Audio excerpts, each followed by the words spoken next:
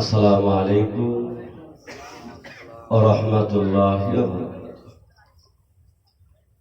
যারা রাস্তাঘাটে আছে সকলে পাক মজলিসে চলে আসুন। কেন একদিকে রহমতের মাস, পবিত্র রাত, আখিরি দোয়া হবে। আমাদের আব্বা মা যারা কবরে চলে গেছে সকলের জন্য দোয়া হবে, মেহেরবানি করে চলে আসুন। আউযু বিল্লাহি মিনাশ শাইতানির রাজীম। বিসমিল্লাহির রহমানির রহিম।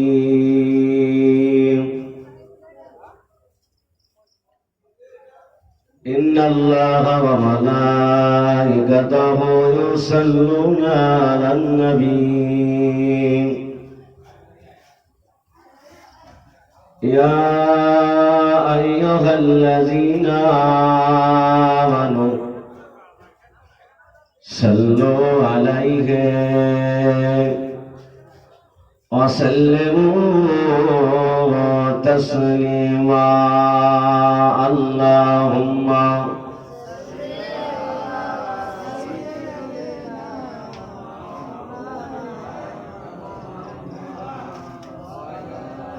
একটু মহব্বত করে পড়েন না। আল্লাহুম্মা সাল্লি আলা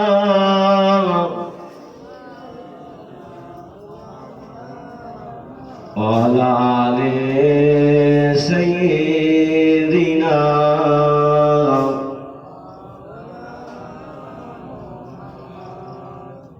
ও যারে কদম চুমে ধন্য আরশ, ও যারে কদম চুমে ধন্য আরশ, সিদরাতে মুনতাহা। মারহাবা মারহাবা বলো, মারহাবা মারহাবা, মারহাবা মারহাবা বলো, মারহাবা মারহাবা। নবী পাকের মিরাজ রাতে জিবরিল এলো বরাক সাথে। একবার জোরে বলবেন না সুবহানাল্লাহ? একটু জোরে হবে না? নবী মুসা আলাইহিস সালাম আল্লাহকে দেখার জন্য পাগল হয়ে গিয়েছে, আর আমার আল্লাহ আমাদের নবীকে দাওয়াত করে নিয়ে গিয়েছিল। জোরে বলবেন। নবী পাকের মিরাজ রাতে জিবরিল এলো বরাক সাথে। আগে আগে জিবরিল, আগে আগে জিবরিল, পিছে কমলিওয়ালা। মারহাবা মারহাবা বলো, মারহাবা মারহাবা। আল্লাহুম্মা সাল্লি আলা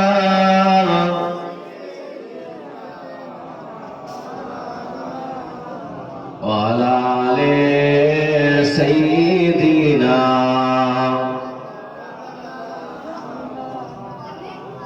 ও সকল নবী রাসূল এলো ছুটে,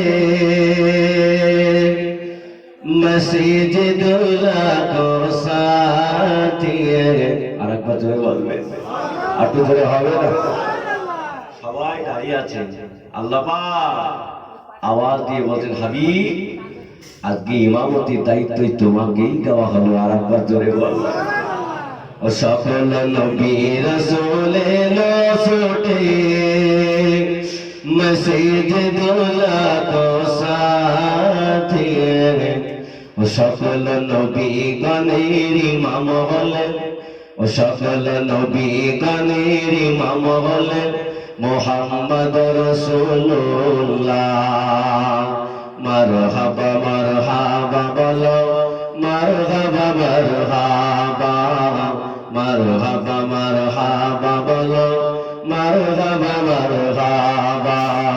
ও যারে কদম চুমে ধন্য আরশ, সিদরাতে মুনতাহা মারহাবা মারহাবা বলো মারহাবা মারহাবা আল্লাহুম্মা সাল্লি আলা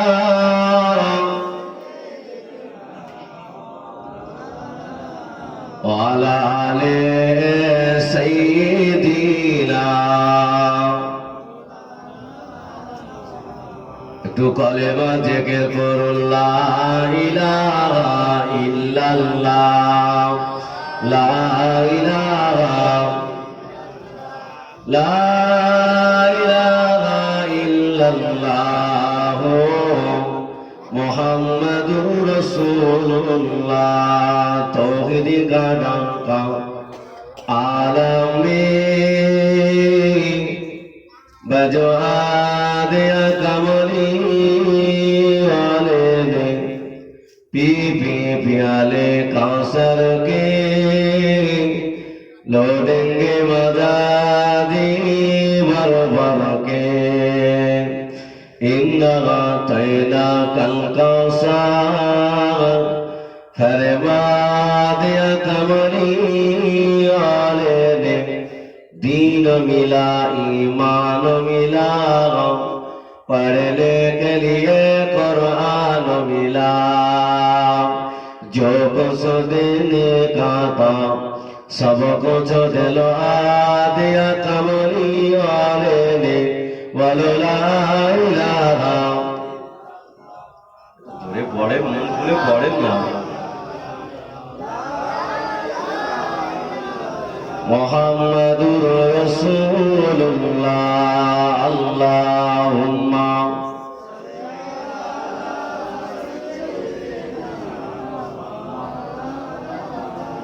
वाला आले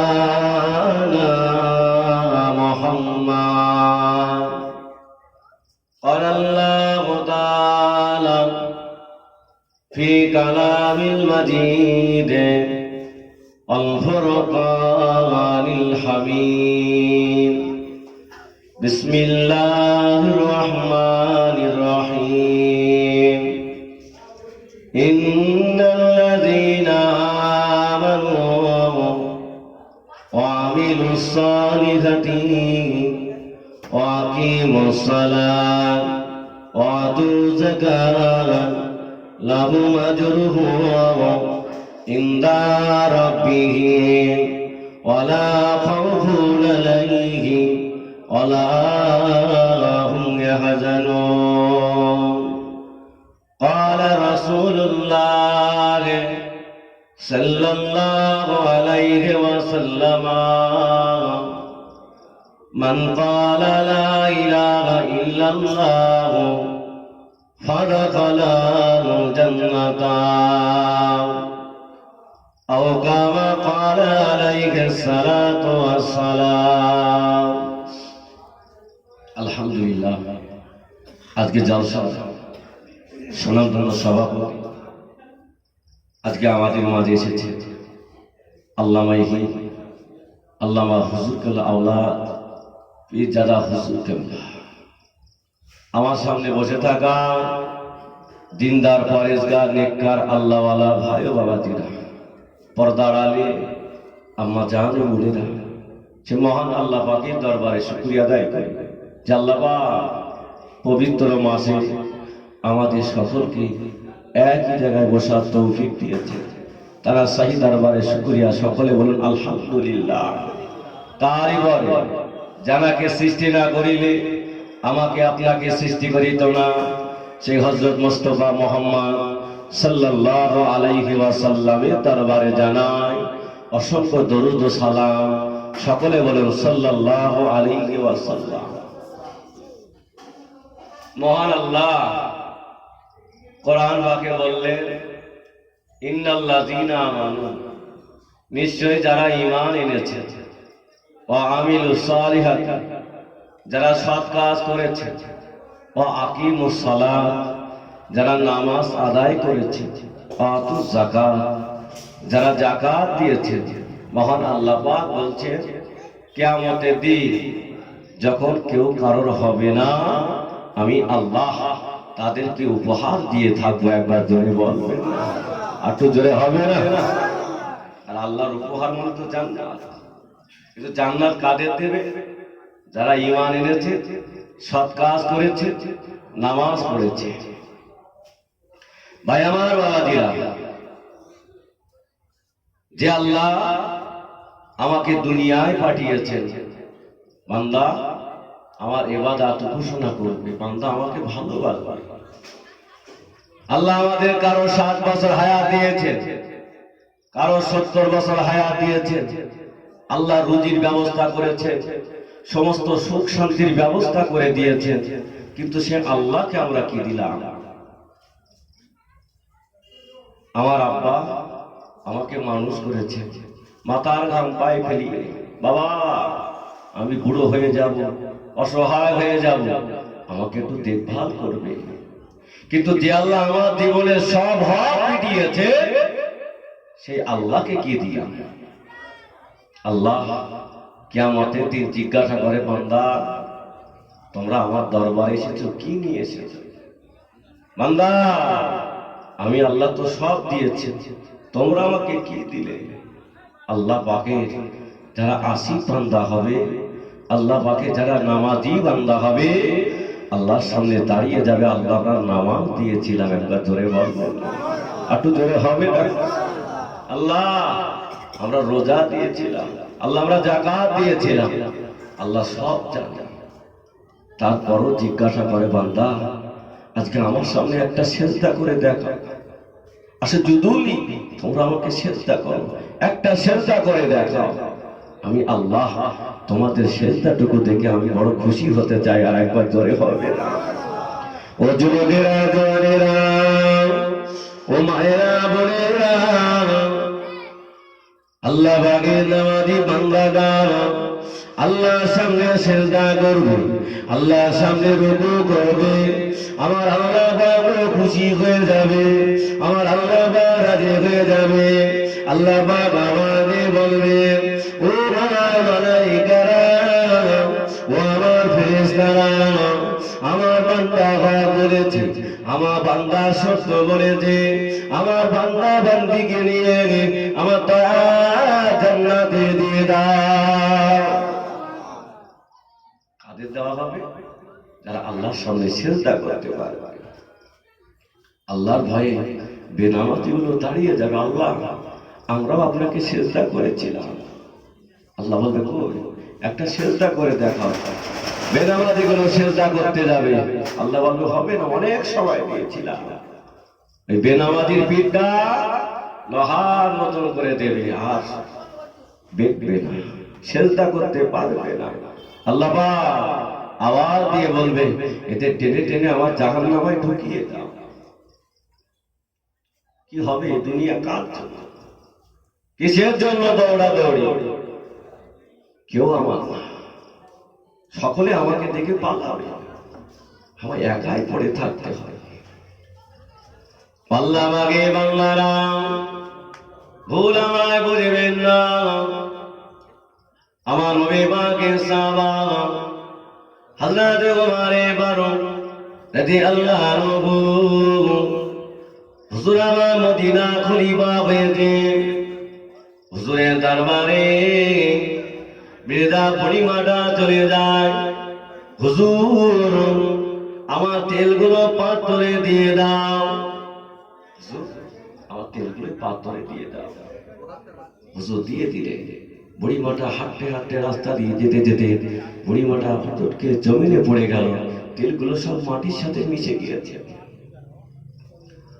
বুড়িমাটা দাঁড়িয়ে দাঁড়িয়ে কাঁদছে, আল্লাহ পাকের জমিন, আমার তেলগুলো যদি ফিরিয়ে না দাও, আমার বৌমারা, আমার সন্তান সন্তানেরা সকলে আমাকে বকাবকি করবে। আল্লাহ পাকের জমিন, আমার তেলটা ফিরিয়ে দাও। জমিন কোনো কথা বলে না, জমিন কোনো আওয়াজ দিলেন না। বুড়িমাটা কাঁদতে কাঁদতে হযরত ওমর ফারুকের দরবারে চলে গেলেন, হুজুর বেয়াদবি মাফ করুন, ক্ষমা করুন, আমার তেলগুলো সব মাটিতে পড়ে গিয়েছে, হুজুর আপনি কি আমাকে আর এক গামলা তেল দেবেন? হুজুর বলল হবে, তুমি যতটুকু তেল পাওয়ার যোগ্য ছিলে আমি তোমাকে দিয়ে দিয়েছি।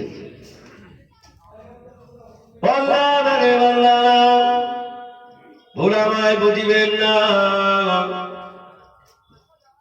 বেনামাজি লাশটা জমি নিতে চাই না। বুড়িমাটা দাঁড়িয়ে দাঁড়িয়ে কাঁদেন, হুজুর আমারা থাকতে পারলেন না। হুজুর ছোট একটা কাগজ লিখে দিলেন, ওগো বুড়িমা এই কাগজটা নিয়ে চলে যাও, যেখানে তোমার তেল পড়ে গেছে ওই জায়গায় ফেলে দেবে। আমার আল্লাহ যদি চায় জমিন তোমায় তেল ফিরিয়ে দেবে।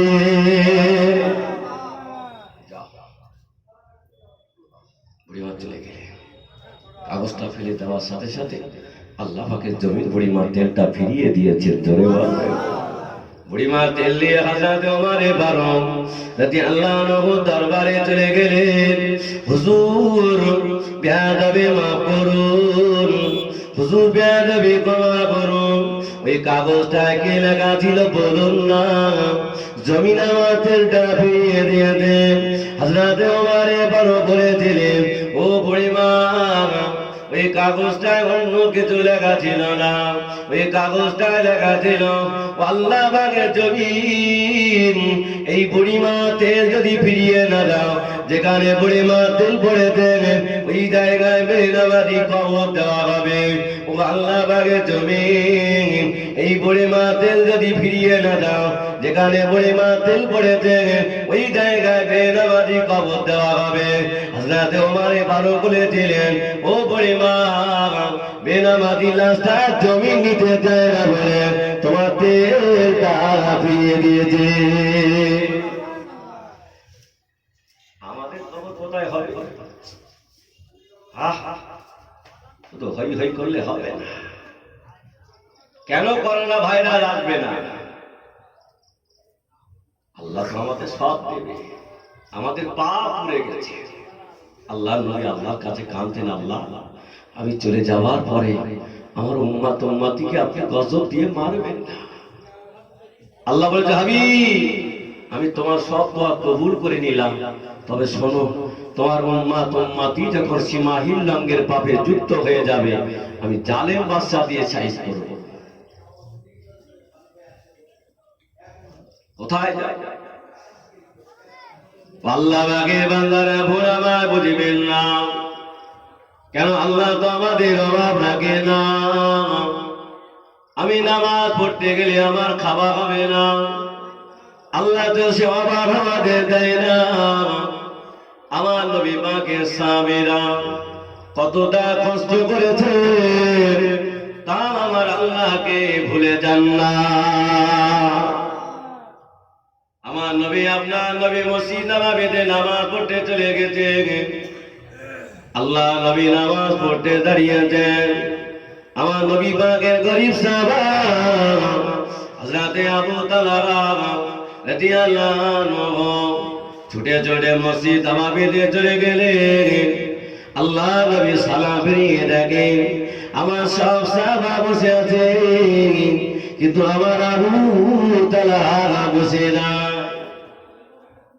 নবী পাক জিজ্ঞাসা করলেন, ও আমার সাহাবারা আমার আবু তালহা কি নামাজ পড়তে আসে না? আমার আবু তালহা কি নামাজ পড়ে না? নবী পাকের সাহাবীরা বললেন, ইয়া রাসূলুল্লাহ ইয়া হাবিবাল্লাহ, হুজুর আবু তালহা নামাজ পড়তে এসেছিল, আপনি যেই সালাম ফিরালেন আবু তালহা হুজুর ছুটে ছুটে বাড়ি ফিরে চলে যান, হুজুর আপনার পেছনে দোয়া করে না। আল্লাহ নবী জিজ্ঞাসা করলেন, সাহাবারা আমার আবু তালহা দোয়া করে না? আল্লাহ বাগে বাংলা ভুল আমার বুঝিবেন না। নবী আমার তাকে বললেন না, হুজুর আমার আওয়াজ দিলেন, আমার সাহাবারা আমি আবু তালহার বাড়ি যেতে চাই। কেন আমার আবু তালহা আমার পেছনে দোয়া করে না, সকলের পেছনে দাঁড়িয়ে নামাজ পড়ে চলে যায়। আল্লাহ নবী সাহাবাদের নিয়ে নবী পাকের সাহাবা হযরত আবু তালহা রাদিয়াল্লাহু আনহু বাড়িতে চলে গেলেন। আল্লাহ নবী সালাম দিলেন, হযরত আবু তালহা ঘরের ভেতরে দাঁড়িয়ে সালামে জবাব দিয়েছিলেন। আল্লাহ নবী জিজ্ঞাসা করেন, ও বাবা আবু তালহা, কোথায় বাবা বলো না? ইয়া রাসূলুল্লাহ, ইয়া হাবিবাল্লাহ, হুজুর আমি ঘরের ভেতরে, আমি গর্তের ভেতরে দাঁড়িয়ে আছি। হুজুর আমার পরনে কাপড় নাই, হুজুর আমার পরনে কাপড় নাই। আল্লাহ নবী জিজ্ঞাসা করলেন, বাবা আবু তালহা, তোমার পরনে কাপড় কোথায় গিয়েছে? ইয়া রাসূলুল্লাহ, ইয়া হাবিবাল্লাহ, হুজুর আমি নামাজ পড়ে বাড়ি এসে আমার পরনের কাপড়টা খুলে আমার বিবিকে দিয়ে দিতাম, আমার বিবি নামাজটা আদায় করে নিতে। তোরে বলবেন না, সে কষ্ট আমাদের আছে। আল্লাহ নবী কেটে ফেললেন, ও বাবা আবু তালহা, কেন আমাকে জানাও না বাবা?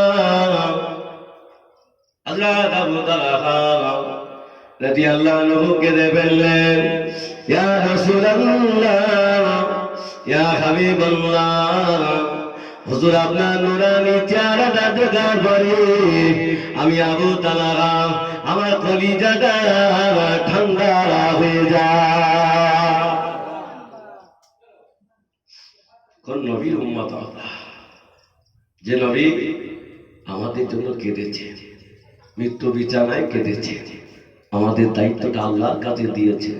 যে নবী এখনো পর্যন্ত মদিনা শরীফে বসে বসে কাঁদছে, কিন্তু সেই নবীর জন্য দু ফোঁটা চোখের পানি আমাদের পড়ে। আজকে আমরা নবী সহজে চিনেছি, কোরআন সহজে পেয়েছি, কিন্তু আমার নবীকে কত কষ্ট করতে হয়েছে এই ইসলাম প্রচার করার জন্য। আমরা কি বলতে পারি না, বাবা চলো নামাজটা পড়ো, বাবা ছেলে চলো জুমার নামাজটা পড়ো বাবা?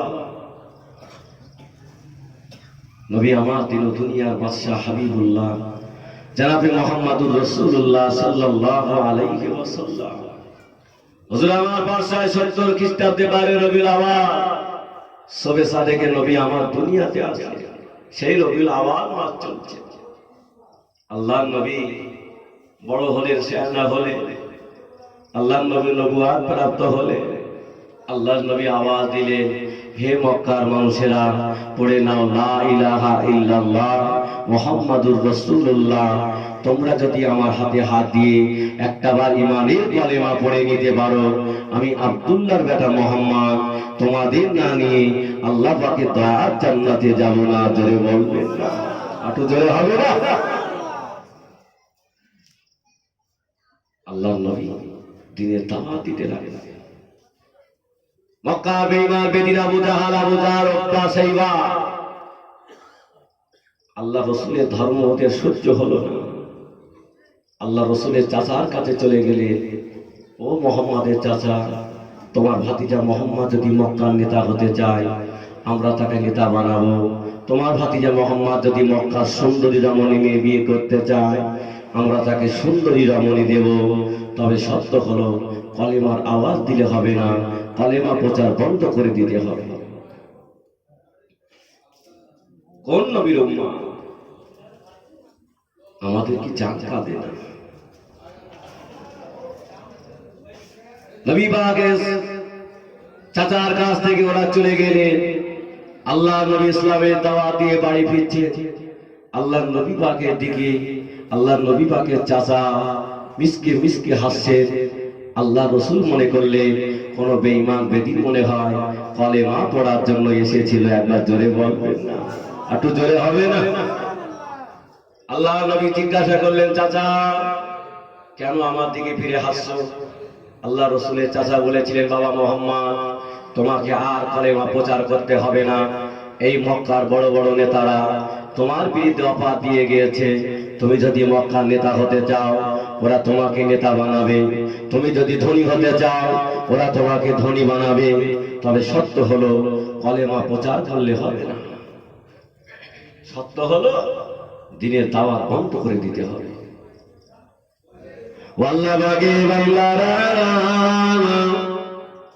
ও যুবকেরা, জানেরা, আমার নবী আপনার নবী হুজুরা থাকতে পারলেন না।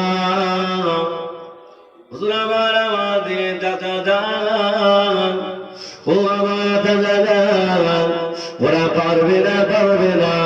ওরা আমার এক হাতে যদি আসমানে চাঁদ দেয়, বাবার হাতে যদি আসমানে সূর্য এনে দেয়, আমি আব্দুল্লাহ ম্যাডাম মোহাম্মদ কলেমা থেকে পিছপা হব না। ওরা পারবে না।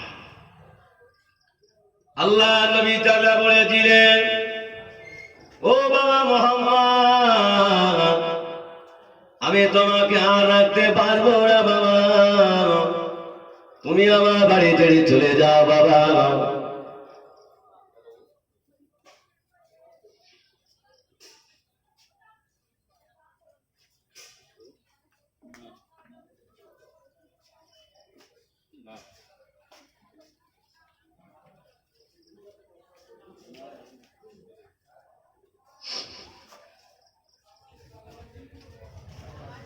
নবী আমারা থাকতে বললেন না। আল্লাহ নবীর চোখ দিয়ে টপা করে পানি গড়িয়ে যায়। ও বাবা চাচা যান, আমার আব্বা নাই, দুনিয়াতে আমার মা নাই, আমার আবরা কেউ নাই। চাচা যান, আজকে যদি আমাকে দাঁড়িয়ে দেন, আমি মোহাম্মদ এতিম হয়ে যাব চাচা। আমার আবরা কেউ থাকবে না। ও আমার চাচা যান, আমি মোহাম্মদ আপনার বাড়ি ছেড়ে চলে যেতে রাজি, তবে আমি কলেমা তবু ছাড়ব না। আল্লাহ নবী কাঁদতে কাঁদতে রাস্তা দিয়ে চলে যান। আল্লাহ নবী চাচা আবার দিয়ে বলেন, ও বাবা মোহাম্মদ কেঁদো না বাবা, দুঃখ নিয়ে না বাবা, চলে যাও বাবা, চলে যাও। যেখানে তোমার ইচ্ছা সেখানে তুমি কলেমা তারা দিয়ে দাও। আমি তোমার চাচা যান, আজ থেকে তোমার সাথে সামত রয়ে গেলাম। যাও বাবা, যেখানে তোমার ইচ্ছা সেখানে কলেমার দাওয়াত দিয়ে দাও।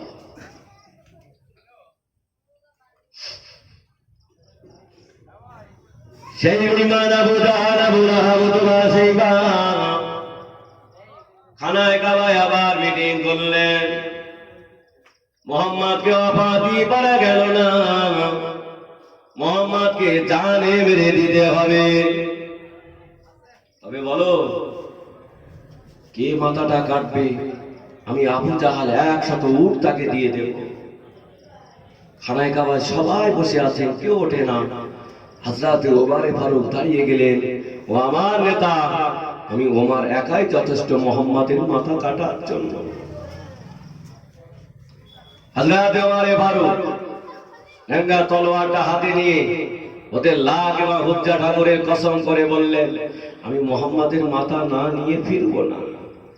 আল্লাহ রাসূল আল্লাহর কাছে দোয়া করছে, আল্লাহ ভাই ওমরকে নাই আবু জাহালকে যদি আল্লাহ আমার দলে দিতেন, আল্লাহ আমার ইসলাম প্রচার কত বড় সুবিধা হতো। জোরে বলবেন আল্লাহ। তোমারে বড় হুজুর আমার রাস্তা দিয়ে হেঁটে হেঁটে যাচ্ছে, আমার নবী পাকের সাহাবা হযরত আব্দুল্লাহ বিন নাইমের সঙ্গে দেখা হয়ে গেল। যে আব্দুল্লাহ বিন নাইম গোপনে গোপনে আমার নবী পাকের হাতে হাত দিয়ে কলেমা পড়ে মুসলমান হয়ে গিয়েছিল। জোরে বলবেন হযরত আব্দুল্লাহ বিন নাইম জিজ্ঞাসা করলেন, ভাই ওমর, এ তলোয়ার নিয়ে কোথায় বেরিয়েছো, কাকে মারবে? হযরত ওমর ফারুক বললেন, আমি মুহাম্মাদের মাথা কাটতে যাচ্ছি। আব্দুল্লাহ বিন নাইম বললেন, ভাই ওমর, এই মুহাম্মাদের মাথা কাটা লাগবে না, এই মুহাম্মাদুর রাসূলুল্লাহ কলেমা দীক্ষা নিয়ে তোমার বোন এবং বোনাই মুসলমান হয়ে গিয়েছেন। জোরে বলবেন না। যাও আগে নিজের কষ্ট সামলাও। হযরত ওমর ফারুক হুজুর আমার একটু ঠান্ডা হয়ে গেলে রাঙ্গা তলোয়ারটা হাতে নিয়ে ওদের বোন এবং ওনার বাড়ির সামনে চলে গেলে হযরত ওমর ফারুক গিয়ে দেখে ঘরের ভিতরে গুনগুন করে কি একটা পড়ছে। হযরত ওমর ফারুকের বোন বুঝতে পেরেছে আমার ভাই ওমর এসেছে হালাতে কাফের অবস্থায়, আল্লাহ পাকের কোরআনের বেহুজ্জতি করবে। হযরত ওমর ফারুকের বোন এবং বোনাই আল্লাহ পাকের কোরআনটা গোপন জায়গায় রেখে ঘরের দরজা খুলে দিলে।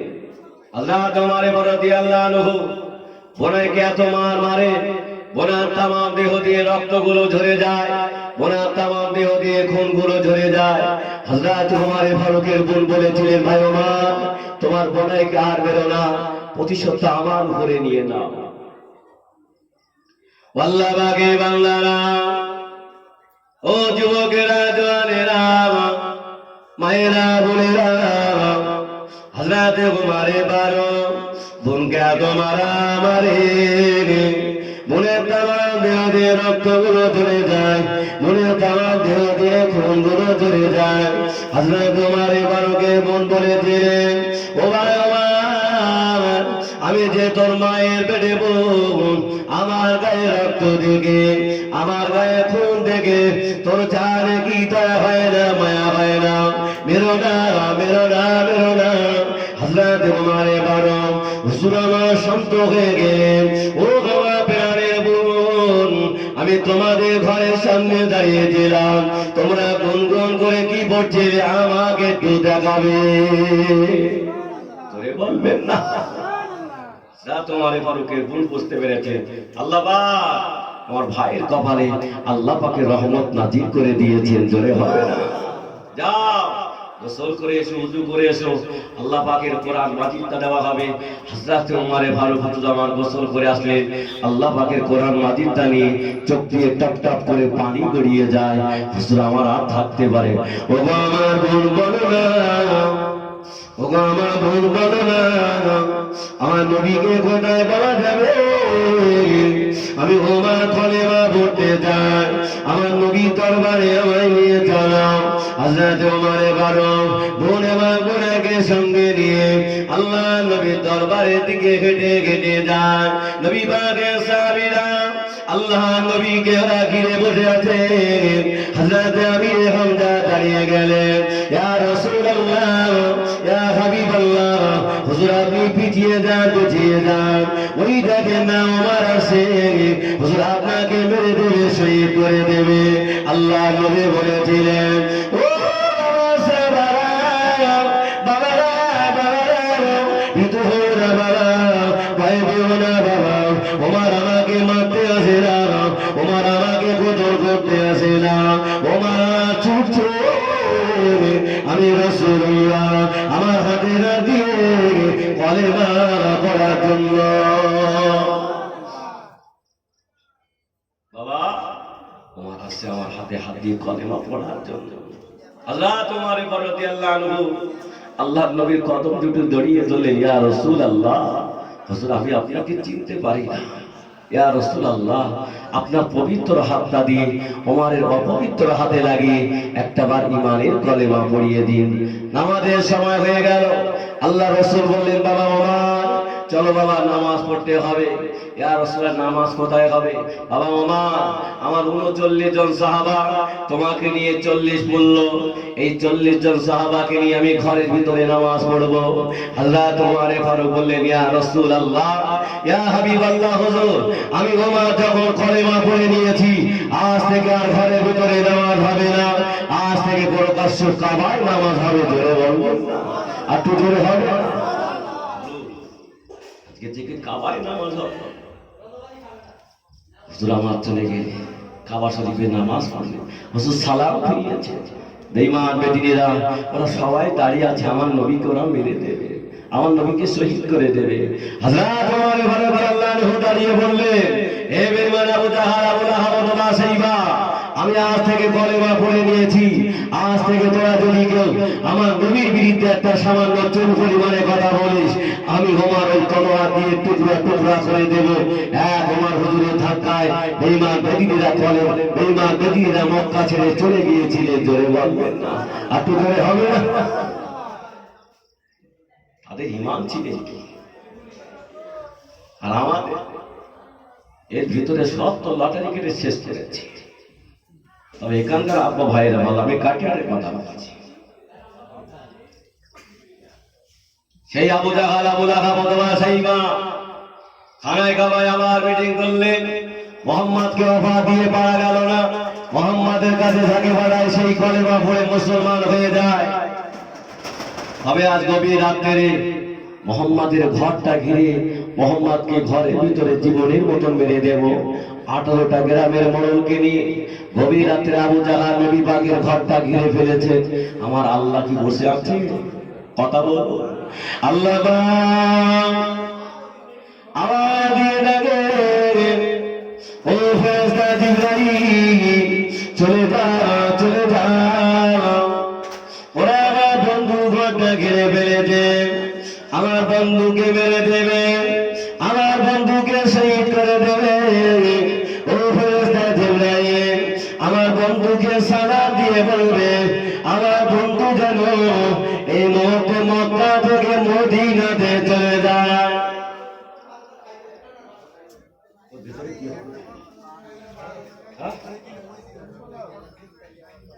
আমার বন্ধু মক্কা থেকে যেন মদিনাতে চলে যায়।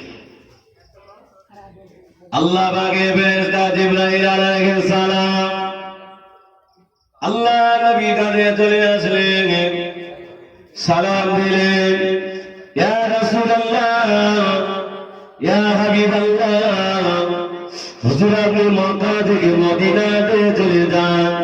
ওরা আপনার ঘরটা ঘিরে ফেলেছে, হুজুর আপনাকে মেরে দেবে, আপনাকে শহীদ করে দেবে। আল্লাহ নবী বলেন, ও ফেরেশতা জিবরাইল, আমি যাব কি করে? ওরা আমার ঘরটা ঘিরে ফেলেছে।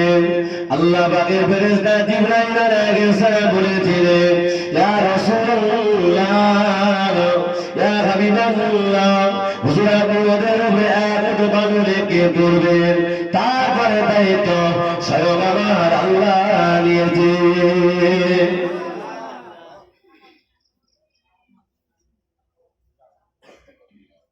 আল্লাহ রাসূল সাল্লাল্লাহু আলাইহি ওয়াসাল্লাম আলী হুজুরকে ডাকলেন, বাবা আলী, আমি রাসূলুল্লাহ মক্কা থেকে মদিনায় চলে যাব।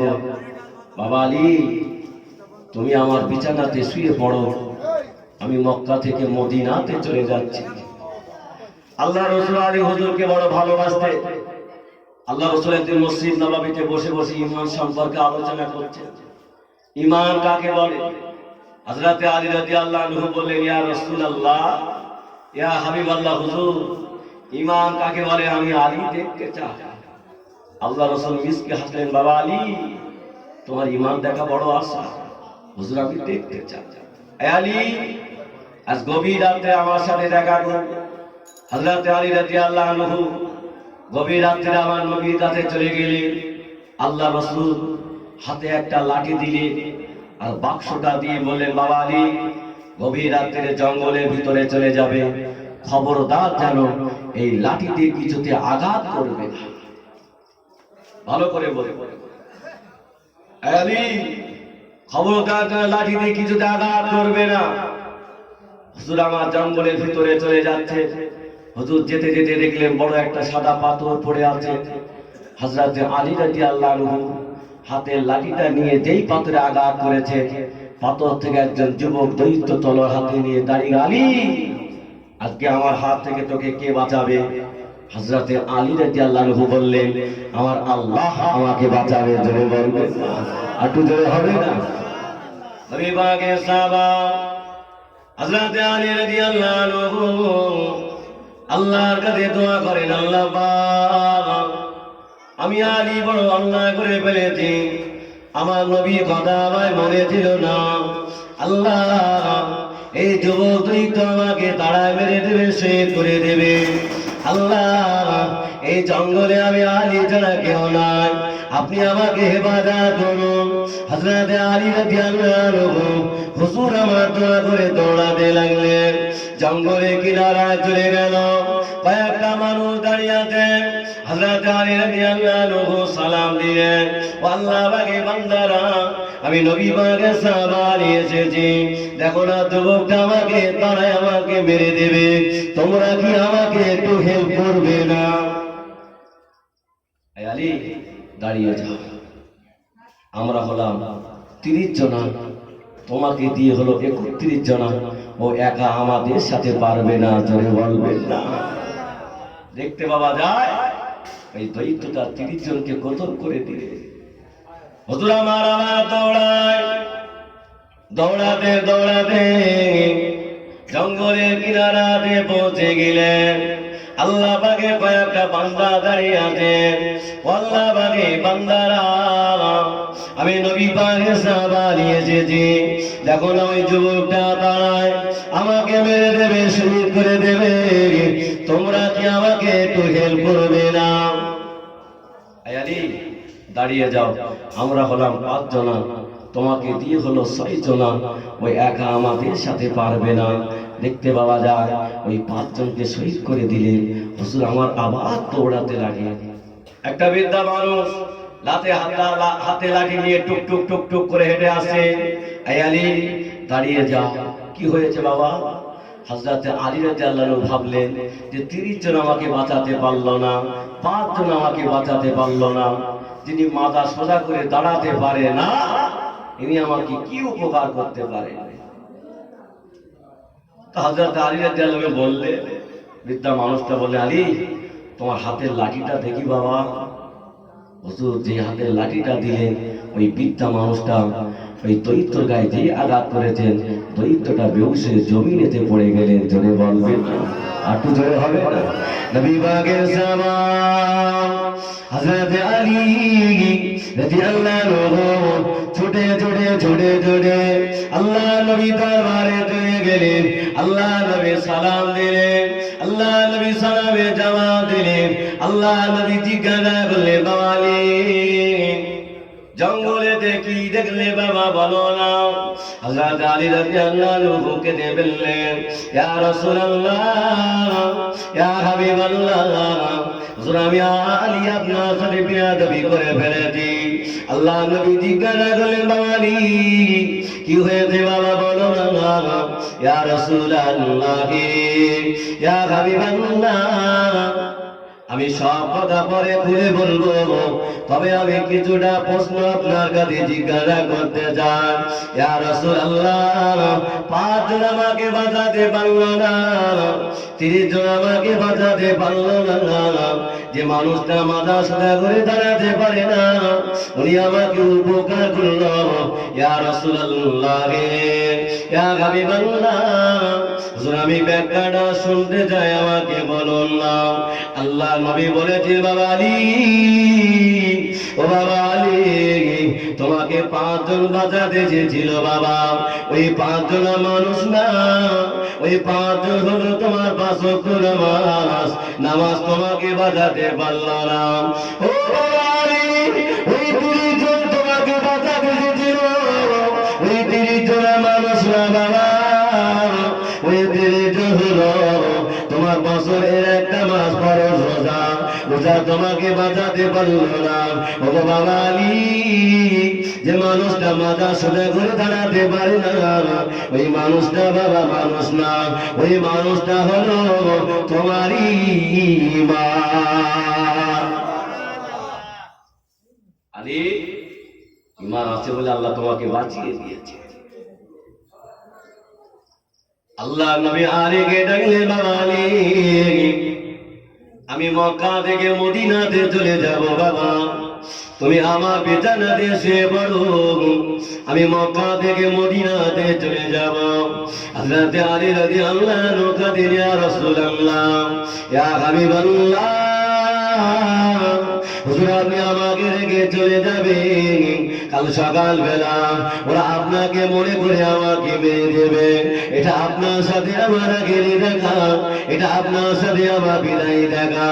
হুজুর একটা কথা যদি দেন আমি আরো বড় খুশি হয়ে যেতাম। আল্লাহ নবী জিজ্ঞাসা করলেন, ও আলী বলো না বাবা কি বলতে চাও?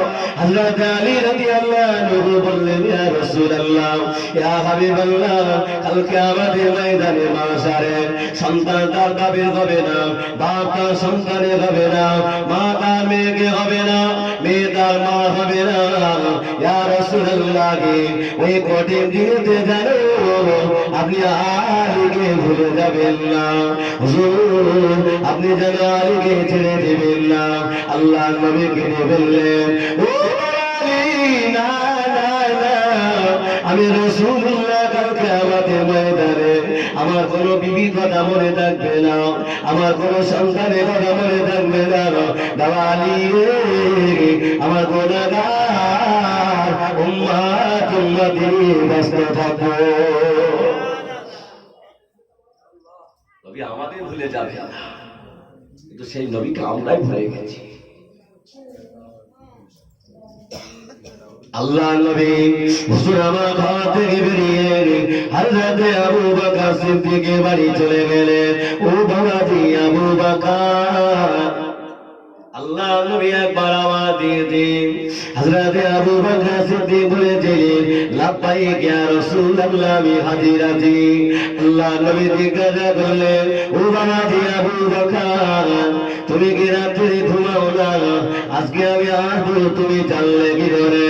হযরত আবু বকর সিদ্দিক বলেছিলেন, ইয়া রাসূলুল্লাহ, ইয়া হাবিবাল্লাহ, হুজুর আমি কাল থেকে 6 মাস আগে আমাকে বলেছিলেন, ও বাবা আবু বকর, আমি মক্কা থেকে মদিনাতে চলে যাব।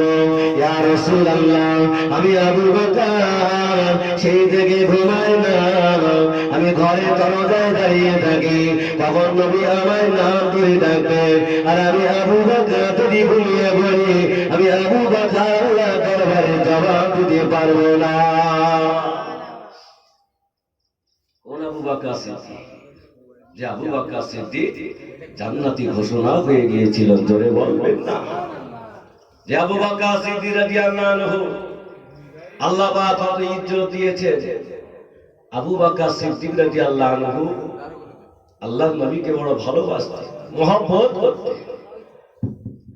নবী আমার মসজিদ নববীতে বসে আছে, মদিনার একজন রমণী ছুটে ছুটে আল্লাহর নবীর দরবারে চলে গেলেন। ইয়া রাসূলুল্লাহ, ইয়া হাবিবাল্লাহ, হুজুর আমি না গত রাত্রে এই স্বপ্নটা দেখেছি, একটা মৌমাছির চাক থেকে কয়েকটা মৌমাছি আমার বুকের উপরে পড়ে ছটফট করে মারা গেল।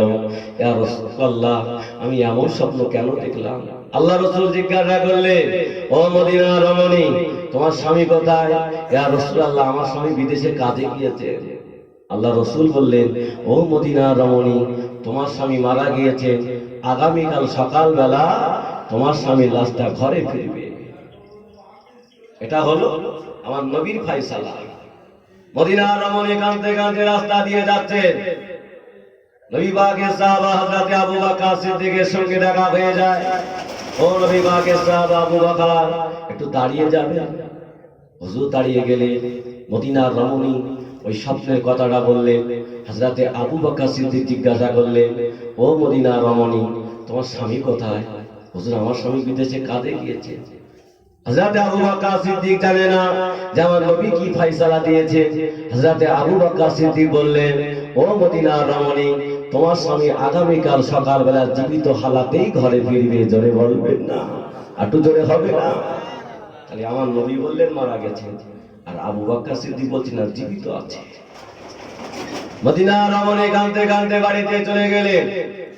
সারা রাত কেঁদে কেঁদে যারা জার হয়ে যায়, আল্লাহ আমার নবীর কথা মিথ্যা হতে পারে না। আল্লাহ অপর থেকে আবু বকর সিদ্দিকের কথা মিথ্যা হতে পারে না। মদিনার রমণী সকাল হয়ে গেল, ঘরে দরজায় দাঁড়িয়ে আছেন। উনি দেখছেন ওনার স্বামী জীবিত হালাতেই ঘরে ফিরছে। মদিনার রমণী আর থাকলেন না, নিজের স্বামীকে আল্লাহ নবীর দরবারে ছুটে ছুটে চলে গেলেন। ইয়া রাসূলুল্লাহ, ইয়া হাবিবাল্লাহ, হুজুর আপনি বলেছিলেন আমার স্বামী মারা গিয়েছে, আমার স্বামী লাশটা ঘরে ফিরবে। হুজুর আমার স্বামী জীবিত হালাতে ঘরে এসেছে। আল্লাহ রাসূল মাথাটা নিচু করে কাঁদছে। আল্লাহ পাক চাইতে পারে না। আল্লাহ পাক ফেরেশতা জিবরাইলকে ডাকলেন, ও আমার ফেরেশতা জিবরাইল, চলে যাও, চলে যাও। আমার বন্ধু কেন কাঁদে? আমার বন্ধুকে বলো না আমার বন্ধু যে কথা বলেছিল সত্য বলেছিল, তবে আমার আবু বকরের কথাটা সত্যতা রাখার জন্য আমি আল্লাহ ওই মদিনার রমণীর স্বামীকে আমি আল্লাহ জীবিত করে দিয়েছি।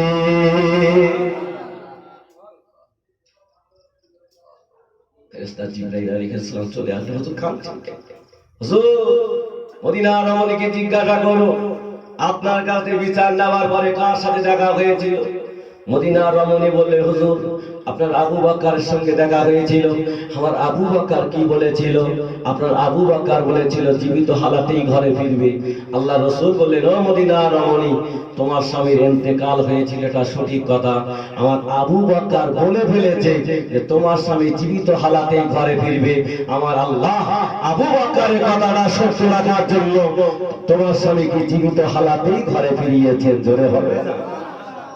আবু বকর সিদ্দিক রাদিয়াল্লাহু আনহুকে আমার আল্লাহ কতটা ভালোবাসতেন। হুজুর আমার রাস্তা দিয়ে হেঁটে হেঁটে যাচ্ছেন, মদিনার একজন রমণী বৃদ্ধা বুড়িমা আওয়াজ দিয়ে বলছেন, মোহাম্মদ ফকির, মোহাম্মদের আল্লাহ ফকির, আমি হলাম ধনী। এই কথা যেই বলেছেন হযরত আবু বকর সিদ্দিক নরম দিলের মানুষ এক চড় মেরেছেন গালেতে, আমার আল্লাহ ফকির, তুমি ধনী। মদিনার এই বৃদ্ধা বুড়িমাটা আল্লাহ রাসূলের দরবারে চলে গেলে, হুজুর আপনার আবু বকর আমার গালেতে চড় মেরেছে।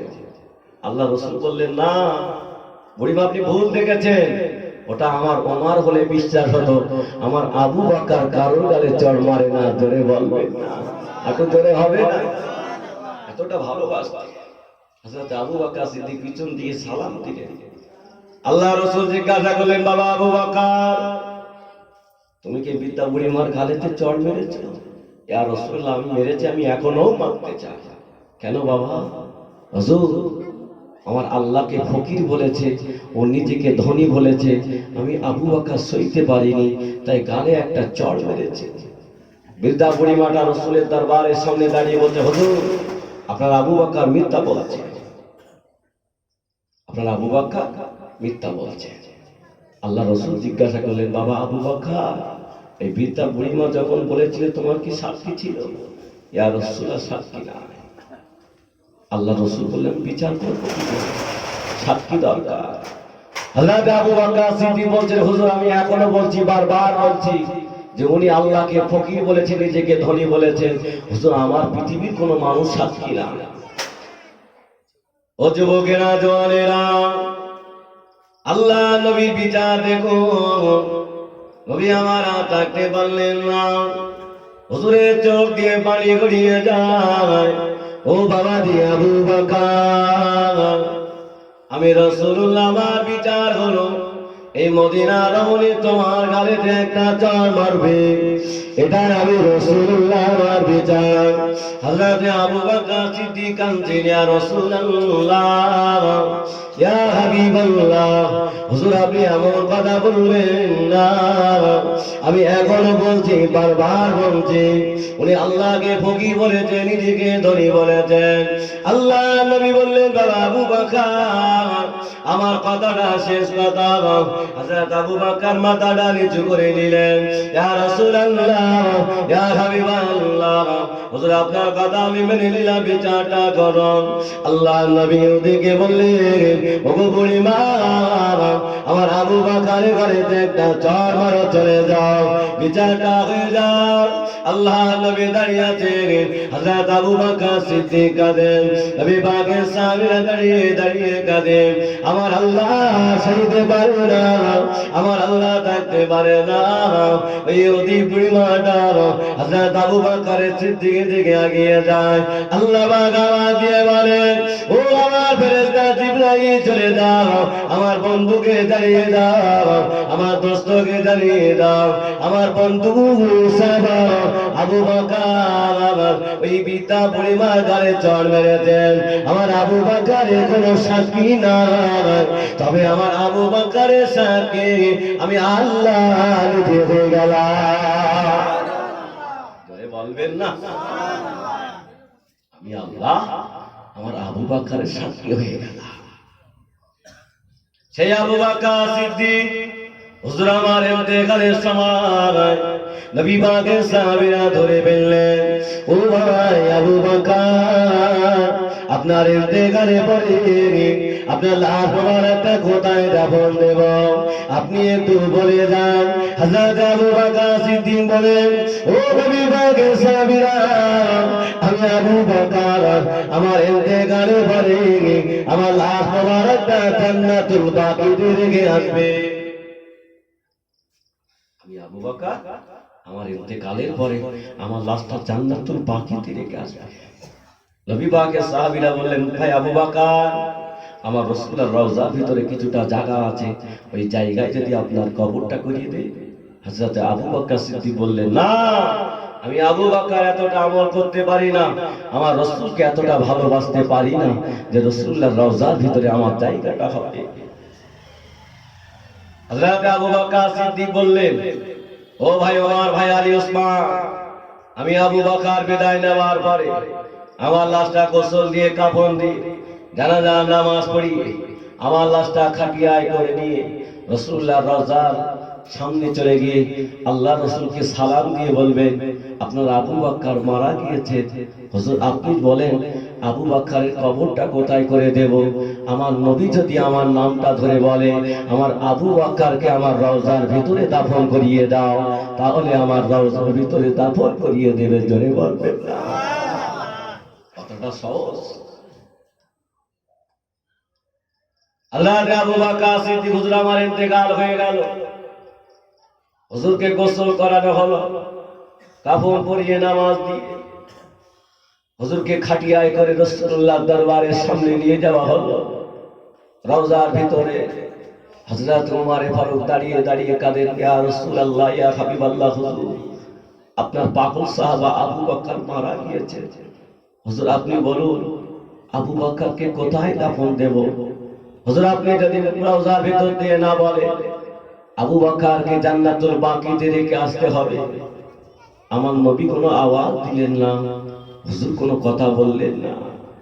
নবী পাকের সাহাবা হযরত আলী রাদিয়াল্লাহু আনহু থাকতে পারলেন না, হুজুর রওজার সামনে দাঁড়িয়ে সালাম দিলেন, আসসালামু আলাইকুম ইয়া রাসূলুল্লাহ ইয়া হাবিবাল্লাহ। হুজুর আপনার পাগল সাহাবা আবু বকর মারা গিয়েছেন, হুজুর আপনি বলুন না আবু বকরকে কোথায় দাফন দেব। হুজুর আপনি যদি না বলেন আবু বকরকে জান্নাতুল বাকিতে রেখে আসতে হবে।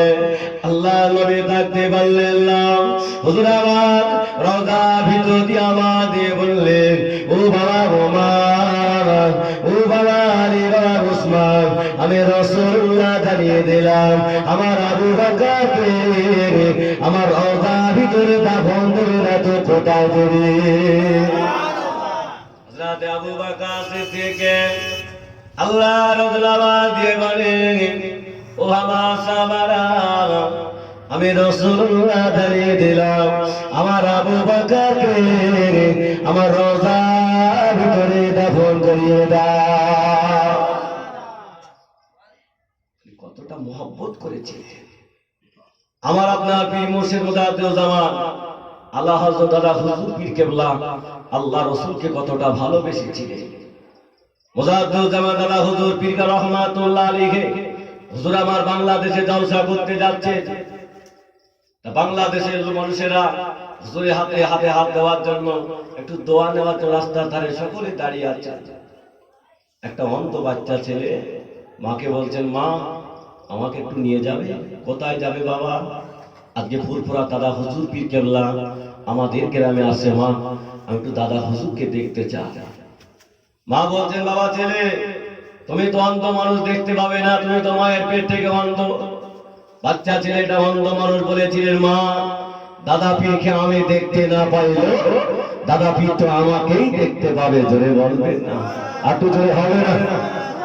আমার আপনার পীর মুর্শিদ মুজাদ্দিদুজ্জামান দাদা হুজুর পীর কেবলা হুজুর আমার সকলে হাতে হাত দিয়ে সেই অন্ধ বাচ্চা ছেলেটার কাছে গিয়ে আওয়াজ দিলেন, বাবা ছেলে তুই কাকে দেখবে বাবা?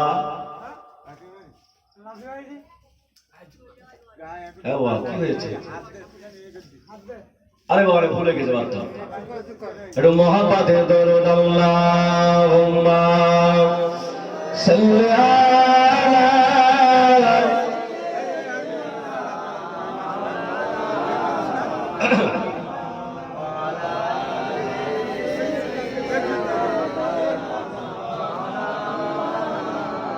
আল্লাহুম্মা সাল্লি আলা, একটু জোরে পড়েন না, এতটা মানুষ জোরে পড়েন না, ওয়ালা আলি সাইয়্যিদিনা।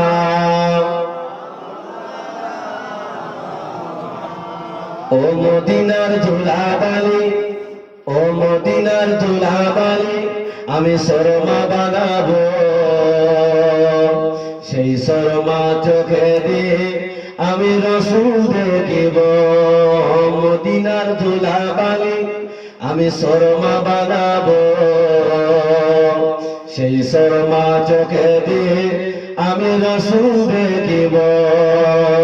ওরা পালা লেখাটি করো, ওরা পালা লেখাটি করো, কোরআনে বলেন আল্লাহ পাক ওই নবীজির সূর্য মুখাম সবাই দেখিব।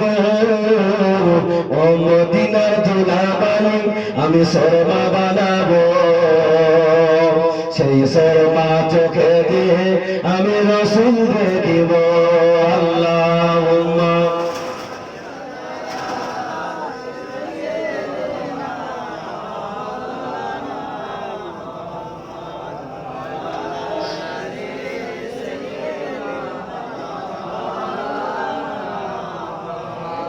যে কথা বলছিলাম, কোথায় বলছিলাম? দাদা হুজুর পীর কেবলা সেই অন্ধ বাচ্চা ছেলেটার কাছে গিয়ে বলছি, বাবা ছেলে তুমি কাকে দেখবে বাবা? অন্ধ বাচ্চা ছেলেটা বললেন, আপনি সরে যান, দাদা পীরকে আমার কাছে আসতে দেন। জোরে বলবেন না?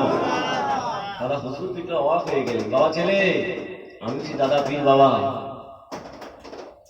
হুজুর তাকিয়ে দেখলেন বাচ্চা ছেলেটার চোখ দুটো বন্ধ, ওটা বন্ধ করে দাও।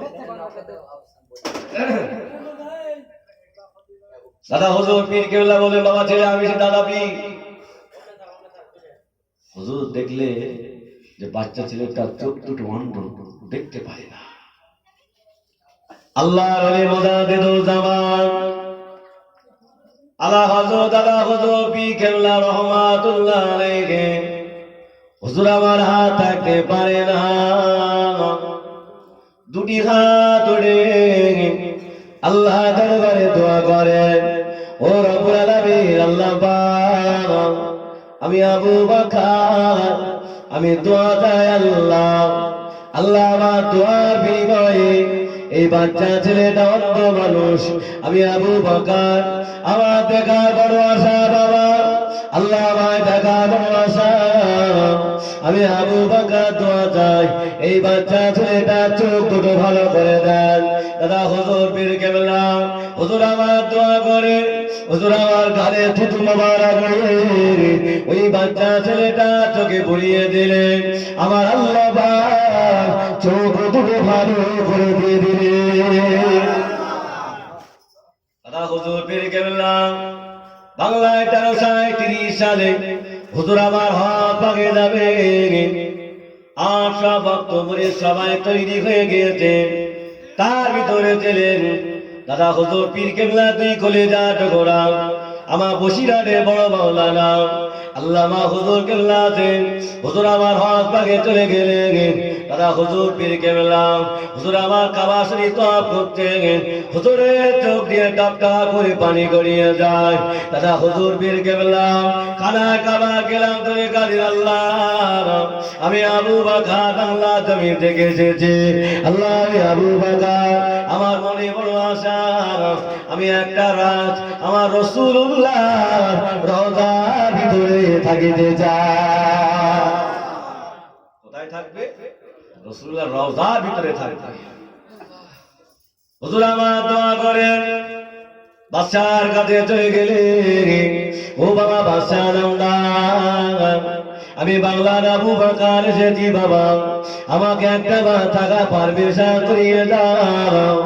বাদশা বললেন না না, হুজুর পৃথিবীর কোন মানুষের জন্য থাকার পারমিশন নাই, হুজুর আমি পারমিশন করতে পারবো না, চলে যান। হুজুর আমার আবার চলে আসলেন, খাবার গেলাম ঘরে কাদের আল্লাহ, আমি আবু বকর, আল্লাহ আমার দোয়া কি কবুল হবে না? আল্লাহ আমি আবু বকর এতটা গুনাহগার হয়ে গিয়েছি, আল্লাহ আমার দোয়া কি কবুল হবে না? নবী পাকের রওজার ভিতরে আমাকে থাকা হবে না। হুজুর আমার দোয়া করে বাদশার কাছে চলে গেলেন, ও বাদশা নামদার, আমি বাংলার আবু বকর এসেছি বাবা, আমাকে একটা বার থাকার পারমিশন করিয়ে দাও।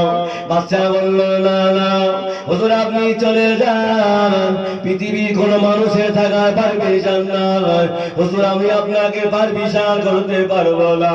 দাদা হুজুর পীর কেবলা, হুজুর আমার চলে আসলেন, খানা খাবার গেলা ধরে কাদের আল্লাহ, আমি আবু বকর আমার দোয়া যদি কবুল না হয়, আমি আবু বকর এখানে মাথা ঠুকে ঠুকে আমি আবু বকর আমার জীবন পার করে দেব, আমি আবু বকর বাংলা জমিনে যাব না।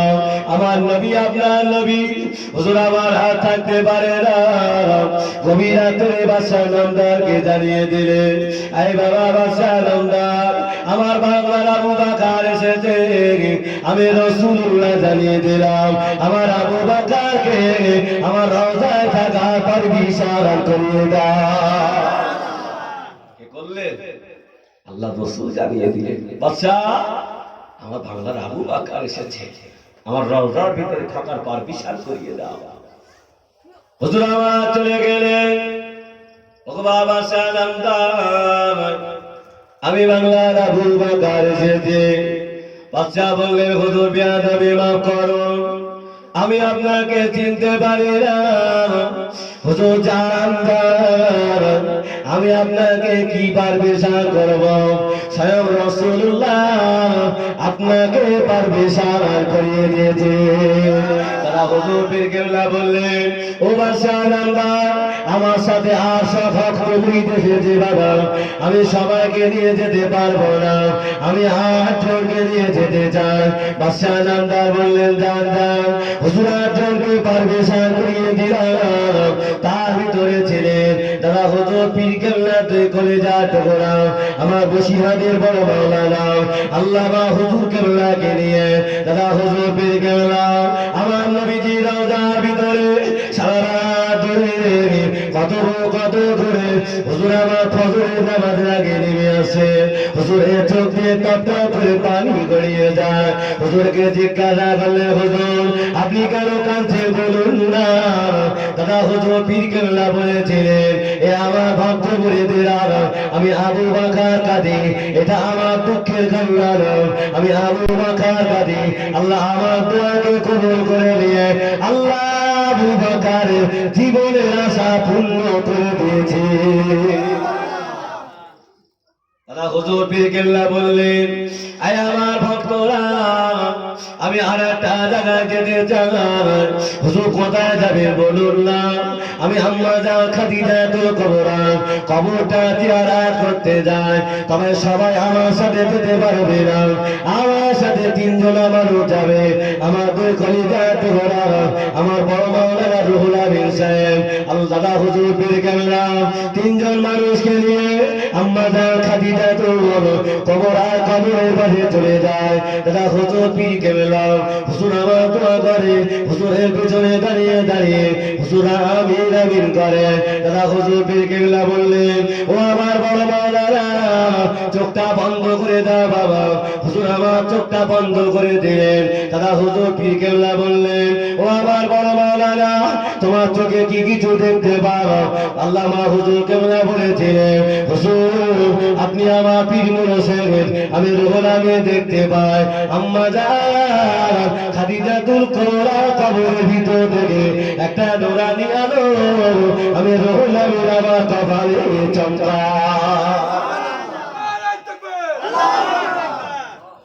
কি জিনিস শুয়ে আছে বসিরহাটে বড় মাওলানা আল্লামা হুজুর কেবলা হুজুর আমার নোয়াখালী জমিনে জলসায় গিয়েছেন। হুজুর আমার বসে আছেন। দাদা হুজুর পীর কেবলা বললেন, বাবারা আমি আবু বকর ঘোষণা করে দিলাম আজকে আসরের জামাতের ইমামতি করবে আমার বড় মাওলানা রুহুল আমিন সাহেব। নোয়াখালী আলেমরা বলল, হুজুর হবে না, আমাদের ভিতরে এত বড় আলেম থাকার পরেও আপনি রুহুল আমিনকে নামাজ পড়াতে দেবেন হবে না। দাদা হুজুর পীর কেবলা বলে, বাবারা আমি আবু বকরের সিদ্ধান্ত নিয়েছি, ওই সিদ্ধান্তই কাজ হবে। আল্লামা হুজুর কেবলা নামাজ পড়িয়ে দিলেন।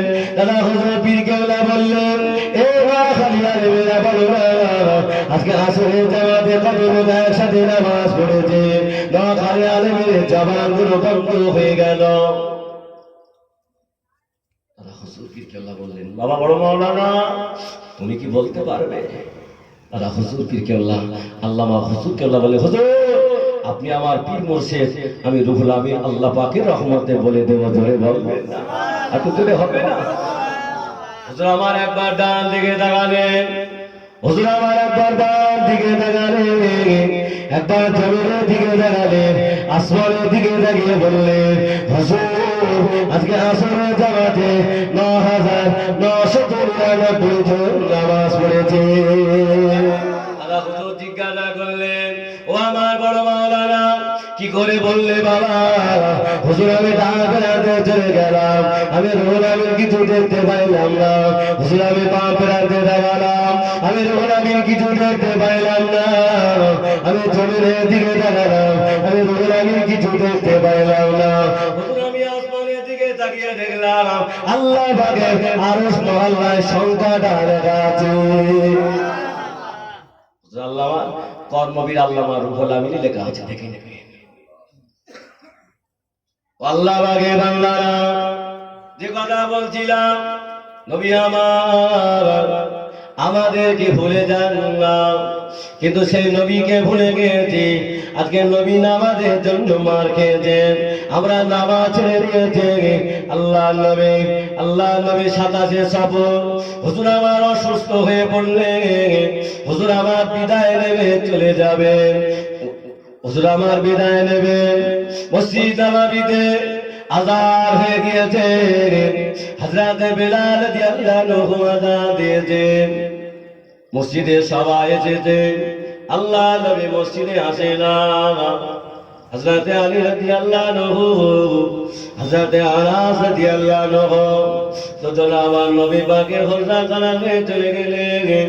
আল্লাহ নবী শুয়ে পড়ে কাঁদেন।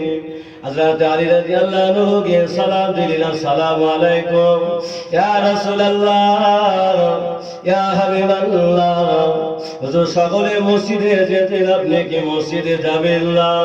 আল্লাহ নবী কেঁদে ফেললেন, ও বাবা আলী বাবা না, আমি দাঁড়াতে পারি না, আমি বুঝতে পারি না বাবা, তবে আমার হাত দুটি ধরো, আমাকে একটু মসজিদ নববীতে নিয়ে চলো।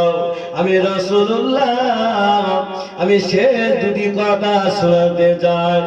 হযরত আলী রাদিয়াল্লাহু হযরত আনাস রাদিয়াল্লাহু দুটি হাত ধরে নিয়ে আল্লাহ নবীকে নিয়ে যাচ্ছেন। হুজুরের পা দুটো সোজা হয় না, হুজুর আমার ভালো করে চলতে পারে না। হুজুরকে মসজিদ নববীতে নিয়ে গেলেন, আল্লাহ নবী নামাজ পড়িয়ে দিলেন। হুজুর আমার বললেন, আমার সাহাবারা, ও আমার মক্কা মদিনা সাহাবারা, সকলে বসে যাও বাবা, বসে যাও, আমি দুটি বিদায়ী কথা শোনাতে চাই। ও মক্কা মদিনা সাহাবারা, আমি তোমাদের মাঝে 63টা বছর ছিলাম বাবা, আমি হয়তো আর বাঁচবো না, বিদায় নেব। যদি তোমাদের কাছে কোনো অন্যায় অপরাধ করে থাকি, তোমরা আমাকে মাফ করে দিও, তোমরা আমাকে ক্ষমা করে দিও। আল্লাহ আবু বকর সিদ্দিক দাঁড়িয়ে গেলেন, ইয়া রাসূলুল্লাহ, ইয়া হাবিবাল্লাহ, হুজুর আপনি এমন কথা বলবেন না। হুজুর আপনি যদি আমাদের থেকে বিদায় নেন, আমরা কাকে নবী বলে ডাকবো? আমি আবু বকর, আমাকে আবু বকর বলে কে ডাকবে? আল্লাহ নবী বললেন, বাবা আবু বকর, আমি বিদায় নিয়ে চলে যাব বাবা, কাঁদলে হবে না। ও বাবা আবু বকর, আমাকে বিদায় দিয়ে দাও। হযরত আবু বকর সিদ্দিক দাঁড়িয়ে গেলেন, ইয়া রাসূলুল্লাহ, ইয়া হাবিবাল্লাহ, হুজুর আমরা যদি কোনো অন্যায় করে থাকি, হুজুর আপনি আমাদের ক্ষমা করে দেবেন, হুজুর আপনি আমাদের মাফ করে দেবেন। আল্লাহ নবী বলে, ও আমার সাহাবারা, আমি রাসূলুল্লাহ তোমাদের মাফ করে দিলাম, আমি রাসূলুল্লাহ তোমাদের ক্ষমা করে দিলাম। তবে সাহাবীরা সকলে কাঁদে। একজন সাহাবা দাঁড়িয়ে যান, ইয়া রাসূলুল্লাহ, ইয়া হাবিবাল্লাহ, সকলে আপনার ক্ষমা করতে পারে, হুজুর সকলে আপনার ক্ষমা করতে পারে, তবে আমি সাদ ইবনে আবি ওয়াক্কাস আপনাকে ক্ষমা করতে পারবো না, আপনাকে মাফ করতে পারবো না। আল্লাহ নবী কেঁদে ফেললেন, এ বাবা সাদ, কি অন্যায় করেছি বাবা, কি অপরাধ করেছি বাবা, তুমি আমাকে মাফ করবে না? ইয়া রাসূলুল্লাহ, ইয়া হাবিবাল্লাহ, হুজুর আপনি জিহাদের মাঠে যাচ্ছিলেন, আপনি যে উটের উপরে বসেছিলেন, আমি সাদ ইবনে আবি ওয়াক্কাস আপনার ভিতরে বসেছিলাম। হুজুর আপনি যে চাবুকটা নিয়ে উটকে মারতে গিয়েছিলেন, ইয়া রাসূলুল্লাহ, ওই চাবুকটা উটের গায়ে না লেগে আমি সাদ ইবনে আবি ওয়াক্কাস আমার পিঠ মোবারকে লেগে গিয়েছিল। ইয়া রাসূলুল্লাহ, ইয়া হাবিবাল্লাহ, হুজুর আপনি বিদায় নেবে চলে যাবেন, আমি সাদ ইবনে আবি ওয়াক্কাস ওই চাবুকের আঘাতটা আপনার পিঠ মোবারকে মারতে চাই, নইলে আপনার মাফ করব না। আল্লাহ নবী কাঁদছে, নবী পাকের সাহাবীরা সবাই কাঁদে। হযরত আবু বকর দাঁড়িয়ে গেলেন, এ ভাই সাদ, না না না, আমার নবীকে মারার কথা বলো না, আমার নবীর আব্বা নাই, আমার নবীর আম্মা নাই, আমার নবীর আহা বলার কেউ নাই। এ বাবা সাদ, আমি আবু বকর, আমাকে মারো, আমাকে মেরে প্রতিশোধটা নিয়ে নাও, আমার নবীকে মারার কথা বলো না। হযরত ওমর দাঁড়িয়ে গেলেন, এ ভাই সাদ, আমি ওমর রাসূলুল্লাহর মাথা কাটতে গিয়েছিলাম, আল্লাহ নবীর চাঁদ চেহারা ডুবু দেখে আমি ওমর কলেমা পড়ে নিয়েছিলাম। এবার সাস, আমি ওমর আমার জীবনটা দিয়েছিলাম, আমাকে মারো, আমাকে মারো, আমার নবীকে মারার কথা বলো না। হযরত সাদ বললেন, এ নবী পাকের সাহাবীরা, আমি তোমাদের কাউকে চিনি না, নবী আমাকে মেরেছেন, আমি নবীকে মারতে চাই, নবী আমাকে মেরেছেন, আমি নবীকে মারতে চাই। আল্লাহ নবী আর থাকতে পারলেন না, আনাসকে ডাকলেন, বাবা আনাস, ও বাবা আনাস, চলে যাও বাবা, চলে যাও, আমার ফাতেমার বাড়িতে চলে যাও, আমি রাসূলুল্লাহ আমার ফাতেমার বাড়িতে চাবুকটা উঠিয়ে রেখেছি। বাবা আনাস চাবুকটা নিয়ে এসো বাবা। হযরত আনাস রাদিয়াল্লাহু আনহু হুজুর আমার চলে গেলে আম্মা জান ফাতেমার বাড়িতে। ও নবী নন্দিনী মা ফাতেমা, তোমার আব্বাজান চাবুকটা দিতে বলেছে। হযরত ফাতেমা তো জোহরা বললেন, আয় নবী পাকের সাহাবীরা, আমার আব্বা তো দাঁড়াতেও পারে না, বসতেও পারে না, আমার আব্বাজান চাবুক নিয়ে কাকে মারবে? নবী পাকের সাহাবা হযরত আনাস রাদিয়াল্লাহু আনহু বললেন, ও নবী নন্দিনী, তোমার আব্বা কাউকে মারবে না, তোমার আব্বার গায়ে হযরত সাহাব ইবনে আবি আক্কাস চাবুক দিয়ে আঘাত করতে চায়। হযরত ফাতেমা তো জোহরা বললেন, আয় নবী পাকের সাহাবীরা, আমি ফাতেমা জানিয়ে দিলাম, আমার আব্বাজানকে মারার কথা বলো না, আমার ইমাম হাসান হোসেনকে দিয়ে দিলাম। হযরত সাহাব ইবনে আনাস, সাহাব ইবনে আবি আক্কাসকে বলো আমার হাসান হোসেনকে মেরে প্রতিশোধটা নিতে, তবে আমার আব্বাজানকে যেন না মারে।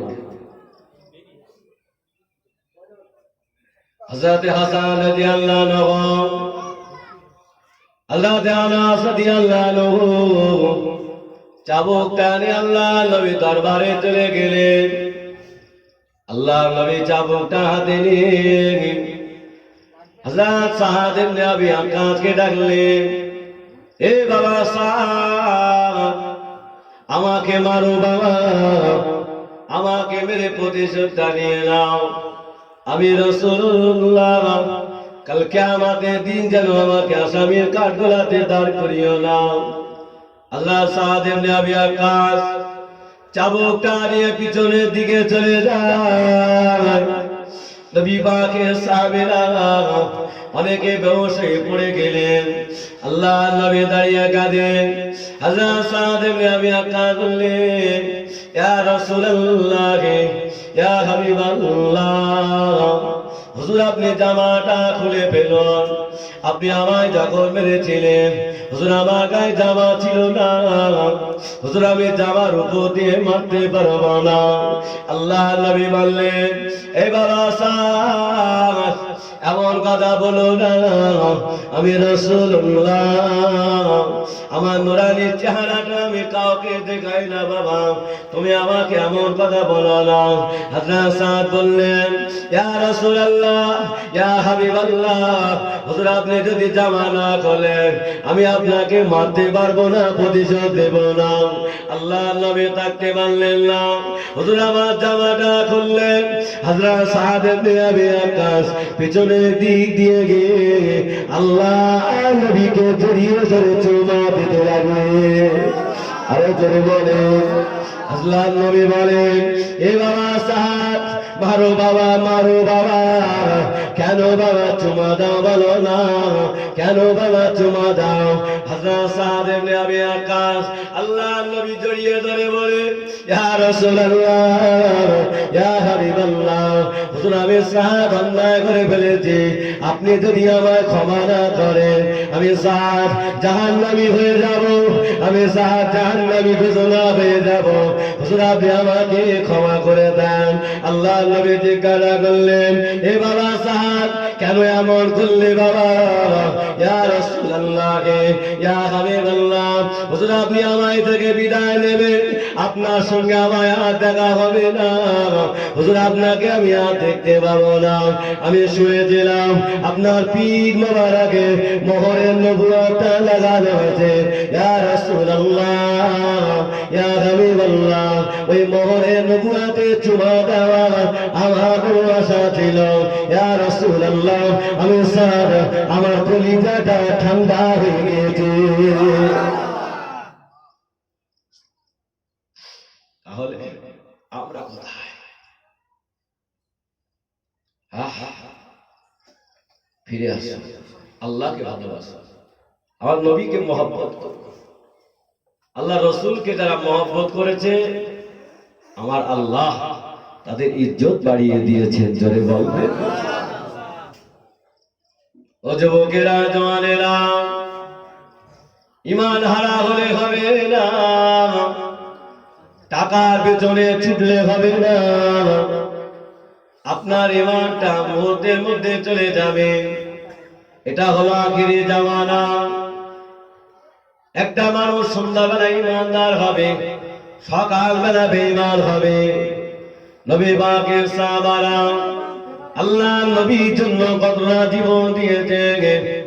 আল্লাহ নবী বসে আছেন, হযরতে আবু বকর সিদ্দিক জিজ্ঞাসা করলেন, ইয়া রাসূলুল্লাহ, ইয়া হাবিবাল্লাহ, হুজুর আপনি বসে আছেন কেন বলুন না? আল্লাহ নবী বললেন, ও বাবা আবু বকর, আমার কলিজা টুকরা, আমি জয়নাবকে বিয়ে দিতে চাই। বাবা বাবা আবু বকর, আমার জয়নাব শায়না হয়ে গিয়েছে, আমি বিয়ে দিতে চাই, একটা পাত্র ঠিক কর। হযরতে আবু বকর সিদ্দিক চলে গেলেন, আমার নবী পাকের সাহাবা হযরতে আবু লাসের বাড়িতে চলে গেলেন। ও ভাই আবু লাস, আমার রাসূলুল্লাহ কলিজা টুকরাকে বিয়ে দেবে, তুমি কি বিয়ে করতে রাজি? হযরত আবু লাস বলেছিলেন, ভাই আবু বকর, আমার নবী আমার সাথে বিয়ে দেবে, আমি আবু লাস রাজি হয়ে গেলাম। বাবা, মেয়ে যদি ভালো হয়, নামাজি হয়, আল্লাহওয়ালা হয়, ওর জন্য আমার আল্লাহ পাত্র ঠিক করেই রেখেছেন। জোরে বলবেন, টাকা লাগবে না। হযরত ওমর রাদিয়াল্লাহু আনহু হুজুর আমার রাস্তা দিয়ে হেঁটে হেঁটে গভীর রাত্রে যাচ্ছেন। হুজুর আমার দেখতে পেলেন একটা ঘরের ভিতরে মা আর মেয়েতে ঝামেলা শুরু হয়ে গিয়েছে। মা আর মেয়ে ঝামেলা করছে। কি ঝামেলা?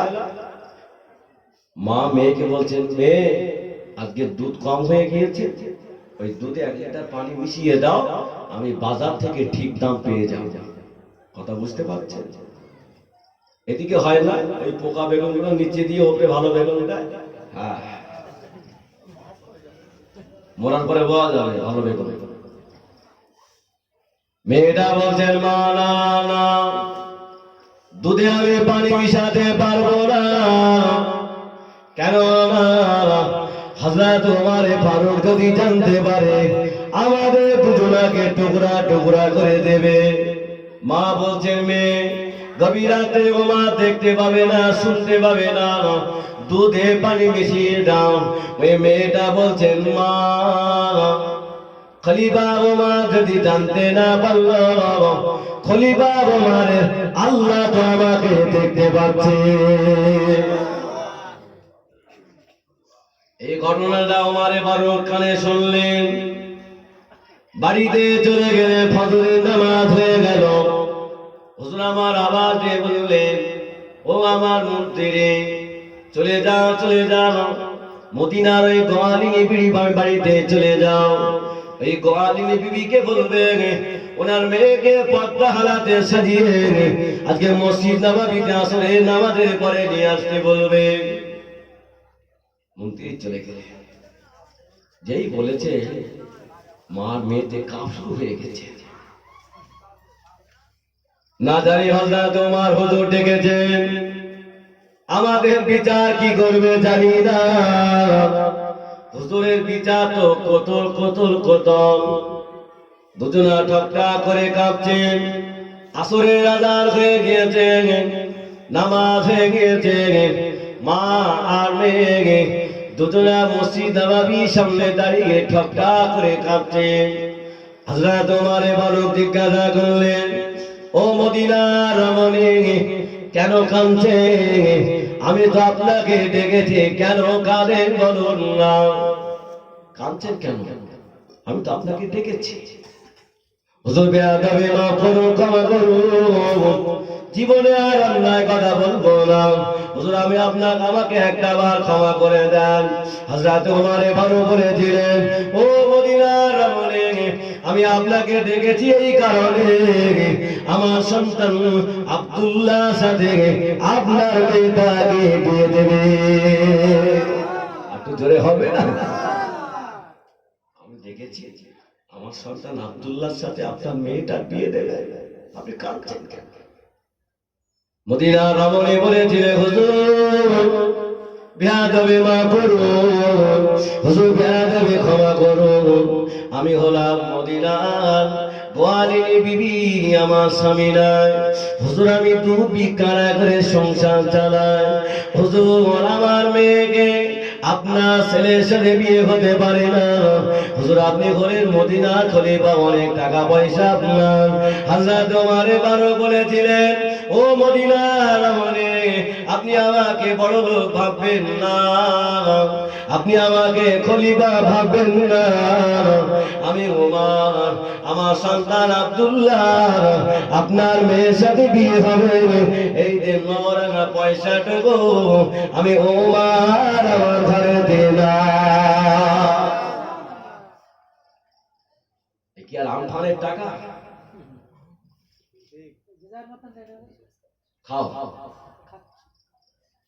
আল্লাহ তোমারে বড় বললেন, ও মদিনার রমণী, আমি ওমর, আমি শুধু ডেকেছি একটা কারণে। গত রাতের ঘটনাগুলো আমি সব শুনেছিলাম। তোমার মেয়ের ভিতরে আল্লাহর ভয় এতটুকু পয়দা হয়েছে। ও মদিনার রমণী, আমি ওমর এই কারণে আমার সন্তান আব্দুল্লাহ জন্য আপনার মেয়েকে আমি ঠিক করে নিয়েছি। আল্লাহ নবী সাল্লাল্লাহু হযরত আবু লাহাব বললেন, ভাই আবু বকর, আমি আবু লাহাব বিয়েতে রাজি হয়ে গেলাম। আল্লাহ নবীকে বলুন বিয়ের কাজ ঠিক করতে। বিয়ে হয়ে গেল। আল্লাহর নবী 3 মাস পরে হুজুর আমার মক্কা থেকে মদিনায় চলে গেলেন। হযরত আবু লাহাবের সংসারে একদিন যায়, 2টা দিন যায়, 3 দিন পার হয়ে গেল, খাওয়া হয় না। আবু লাহাব ছুটে ছুটে আবু জাহলের কাছে চলে গেলেন, ও আমার চাচা যান, আমি আবু লাহাব বিয়ে করেছি চাচা, আজকে আমার 3টা দিন আমার বিবি না খেয়ে অনাহারে পড়ে আছে, আমাকে কিছু খাদ্য দেবেন। আবু জাহল বললেন, শোনো, তুমি কার মেয়েকে বিয়ে করেছো বলো না। হযরতে আবু লাহাব বললেন, চাচা যান, আমি মুহাম্মদুর রাসূলুল্লাহ কলিজার টুকরাকে বিয়ে করেছি। বেঈমান আবু জাহল বললেন, আয় আবু লাহাব, আমি মুহাম্মাদের সারা জীবন দুশমন করে চলেছি, তুমি তার মেয়েকে বিয়ে করেছ, আবার আমার কাছে খাদ্য নিতে এসেছ। তবে শোনো, একটা শর্ত তোমাকে পালন করতে হবে। আমি অনেক খাদ্য দেব, আমার অর্থ সম্পত্তি সব লিখে দেব, সত্য হলো ওর আব্বা তো মক্কা থেকে মদিনায় চলে গেছেন, দেখতেও পাবে না, শুনতেও পাবে না। জয়নাবের অন্তরের ভিতর থেকে রাব্বার কলেমাটুকু বার করতে হবে, এটাই হলো প্রথম শর্ত। হযরতে আবু লাহাব খাদ্যগুলো নিয়ে বাড়িতে চলে গেলেন। বিবি সুন্দর করে রান্না করলে, দুজনা খেতে বসেছে। হযরতে আবু লাহাব বললেন, বিবি এই খাদ্য আমি কোথা থেকে নিয়ে এসেছি তুমি কি জানো? আম্মা জান জায়নাব বললেন, না না আমি জানি না। হযরতে আবু লাহাব বললেন, আমার চাচা আবু জাহল আমাকে খাদ্য দিয়েছেন। ওগো আমার বিবি, তবে সত্য হলো তোমার আব্বা মক্কা থেকে মদিনায় চলে গেছে, তোমার আব্বা দেখতে পাবে না, তোমার আব্বা শুনতে পাবে না, একটা বার ইমানের কলেমাটুকু ছেড়ে দাও, একটা বার তোমার আব্বার কলেমাকে ভুলে যাও। হযরতে জায়নাব বলেছিলেন, ও আমার প্রাণের স্বামী, আমার আব্বা জান আপনার সাথে আমার বিয়ে দিয়েছে, আমার গোটা অঙ্গের হক আপনার উপরে, আপনি যদি জায়নাবকে টুকরো টুকরো করে দেন, আমি জায়নাব কখনো সত্য ব্যবহার করব না। তবে সত্য হলো আমার আব্বা জানে কলেমা ছাড়তে পারবো না। হযরতে আবু লাহাব থাকতে পারলেন না, চাবুকটা নিয়ে আম্মা জান জায়নাবকে এত মারা মারলো, তামাম দেহ দিয়ে রক্তগুলো ঝরে যায়। আম্মা জান জায়নাব বলেছিলেন, স্বামী আর মেরো না, মেরো না, মেরো না, আমার 3 মাসের একটা বাচ্চা এসেছে, ও বাবা স্বামী আমাকে আর মেরো না। হযরত আবু নাস আম্মা জান যায়নাবকে নিয়ে ঘরের ভিতরে সেবা সুস্থ করলেন। আবু জাহালের কাছে চলে গেলেন, ও আমার চাচা জান, আমার বিবি কলেমা ছাড়বে না, আমার বিবি 3 মাসের একটা বাচ্চা এসেছে, আমি ওকে জীবনে হারাতে পারবো না। আবু জাহাল বললেন, এই ভাতিজা আবু লাস, চলে যা চলে যা, আজ দুপুর বেলা আমি নিজেই চলে যাব। বেঈমান আবু জাহাল তলোয়ারটা হাতে নিয়ে আল্লাহর নবী জামাতা হযরত আবু লাসের বাড়ির সামনে যাওয়া দিলেন, এই আবু লাস ঘরে দরজাটা খুলে দাও। আরে দরজা খুলে দেওয়া হলো। বেঈমান আবু জাহাল বললেন, আবু লাস, আমি তোমার বিবির সামনে দুটি কথা বলতে চাই। আল্লাহ নবী কলিজা টুকরা আম্মা জান যায়নাব ঘর থেকে বার হয়ে চলে আসলেন। ঘর থেকে বার হয়ে আসলেন। আবু জাহাল বললেন, শোনো, তোমার আব্বা মক্কা থেকে মদিনায় চলে গেছে, তোমার আব্বা দেখতে পাবে না, শুনতেও পাবে না, একটা বার কলেমাটুকু ছেড়ে দাও, একটা বার কলেমাটুকু ছেড়ে দাও। আল্লাহ রাসূলের কলিজা টুকরা আম্মা জান যায়নাব বলেছিলেন, ও আমার শ্বশুর কুলের চাচা জান, আমি যায়নাব বেঁচে থাকা কালীন, আমার নিঃশ্বাস জারি থাকা কালীন আমার আব্বা জানের কলেমাটুকু ছাড়তে পারবো না। জোরে বলবেন, একটু জোরে হবে না? আবু জাহাল বলল, শোনো, তোমাকে কিছুক্ষণ সময় দেওয়া হলো, চিন্তা ভাবনা করো। আল্লাহ রাসূলের কলিজা টুকরা বলেছিলেন, চাচা জান, আমি যায়নাব এখনো বলছি, বারবার বলছি, আমার জীবন থাকাকালীন আমার আব্বা জানের কলেমাটুকু ছাড়তে পারবো না। জোরে হবে না? নিষ্ঠুর বেঈমান আবু জাহাল আর থাকতে পারে না গো, তলোয়ারটা নিয়ে আম্মা জান যায়নাবের পেটের ভিতরে মেরে দিয়েছে, 4 আঙুলের মতন ফেড়ে দিয়েছে। আম্মা জান যায়নাব বেহুশে মাটিতে পড়ে গেলেন। আবু জাহাল মনে করলো, না, রাসূলুল্লাহর কলিজা টুকরা মারা গিয়েছে, ওকে এখনই মক্কা থেকে মদিনায় ওরা পার কাছে পৌঁছিয়ে দিতে হবে। বড় একটা উট চালককে ডেকে নিয়ে আসা হলো, টাকা দিয়ে রফা করা হলো। আম্মা জান যায়নাবকে উটের সাথে সুন্দর করে বেঁধে উট চালকটা মক্কা থেকে মদিনায় চলে গেলেন। হযরত উসমান নিয়ে খেজুর বাগানে গিয়ে ফেলে দিয়ে আসেন। মসজিদ নববীতে ফজরের আযান হয়ে গেল। আল্লাহ নবী নামাজ পড়ালেন, হুজুর আবার সালাম ফিরিয়েছেন। হযরত আবু বকর সিদ্দিক বললেন, ইয়া রাসূলুল্লাহ, ইয়া হাবিবাল্লাহ, হুজুর, এই মদিনার মাটিতে মনে হয় কোন মানুষটা বিপদে পড়ে কাঁদছেন, আব্বা আব্বা আব্বা বলে চিৎকার দিয়ে কাঁদে। হুজুর চলো না একটা বার দেখে আসে। আল্লাহ নবী বললেন, বাবা আবু বকর, না, কে মনে হয় আমাকে মারার জন্য ফাঁদ পেতেছেন, বাবা যেতে হবে না। হযরত ওমর ফারুক দাঁড়িয়ে গেলেন, ইয়া রাসূলুল্লাহ, ইয়া হাবিবাল্লাহ, হুজুর আপনি চলুন না, আমি ওমর তো আপনার সাথে যাচ্ছি, চলুন। হযরত আবু বকর সিদ্দিক আগে হেঁটে যান, মাঝখানে আমার নবী, পিছনে হযরত ওমর ফারুক হেঁটে যান। হযরত আবু বকর সিদ্দিক আগে আগে হেঁটে গিয়ে হযরত উসমান গনি খেজুর বাগানের ভিতরে ঢুকে পড়লেন। হযরত আবু বকর সিদ্দিক ঢুকে দেখে অন্য কোন মানুষ কাঁদে না, আমার নবী পাকের কলিজার টুকরা আম্মা জান যায়নাব শুয়ে পড়ে কাঁদে, আব্বা আব্বা, আমি যায়নাব মারা যাব, আমি যায়নাব ইন্তেকাল হয়ে যাব, আব্বা আপনার নূরানি চেহারাটা একবার দেখতে যান, আপনার নূরানি মুখটা একবার দেখতে যান। ও আল্লাহ, হযরত আবু বকর সিদ্দিক ছুটে ছুটে আল্লাহর নবীর সামনে চলে গেলেন। ইয়া রাসূলুল্লাহ, ইয়া হাবিবাল্লাহ, হুজুর অন্য কোন মানুষ কাঁদে না, হুজুর আপনার কলিজা টুকরা আম্মা জান জায়নাব সে পড়ে কাঁদে। হুজুর জায়নাব মারা যাবে, হুজুর জায়নাব ইন্তেকাল হয়ে যাবে, শুধু আব্বা আব্বা আব্বা বলে কাঁদে। আল্লাহ নবী ছুটে ছুটে চলে গেলেন। আল্লাহ নবী গিয়ে আম্মা জান জায়নাবকে পাজা করে কোলেতে নিলেন। আল্লাহ নবী বললেন, মা কে তোমার এই দৃশ্য করেছে বলো না।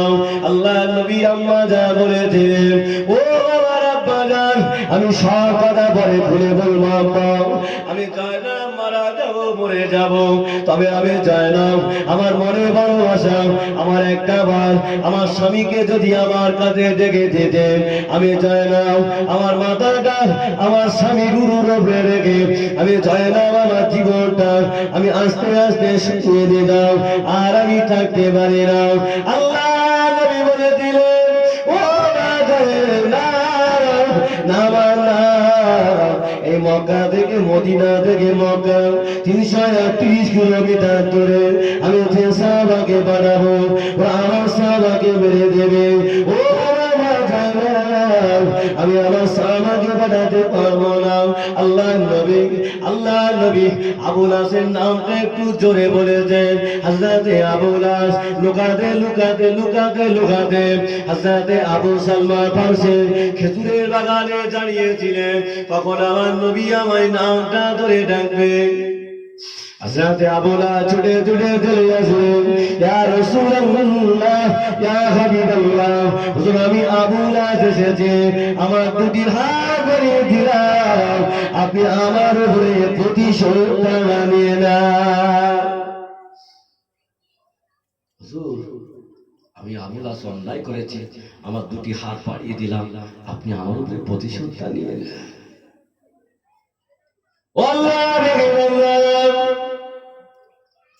আল্লাহ নবী বলেছিলেন, বাবা আবু লাস, ও বাবা আবু লাস, আমি প্রতিশোধ নিতে চাই না বাবা, চলে যাও বাবা চলে যাও, আমার মা চায় না মারা যাবে মরে যাবে, আমার মা চায় না মারা যাবে মরে যাবে, আমার চায় না মাথা দাও ওইভাবে নিয়ে একটু সরিয়ে রাখো বাবা, আমার চায় না মনে বড় আসাও।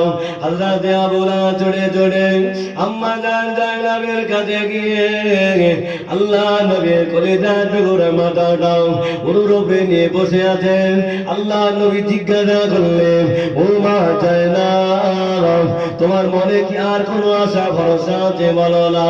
আল্লাহ রাসূলের কলিজা টুকরা আম্মা জান জায়নাব বলেছিলেন, ইয়া রাসূলুল্লাহ, ইয়া হাবিবাল্লাহ, ও বাবার আব্বা জান, যে কলেমাটা ধরে রাখার জন্য, যে কলেমাটা ধরে রাখার জন্য নিষ্ঠুর বেঈমান আবু জাহাল আজকে আমার মৃত্যুর কাঠ গলায় ঝুলিয়ে দিয়েছে আব্বা জান, আমি চাই না মারা যাবো বিদায় নেব, তবে আপনার নূরানি বদনের চেহারা দিয়ে আপনার নূরানি ঠোঁট দিয়ে আর একটা বার কলেমা শুনতে চাই।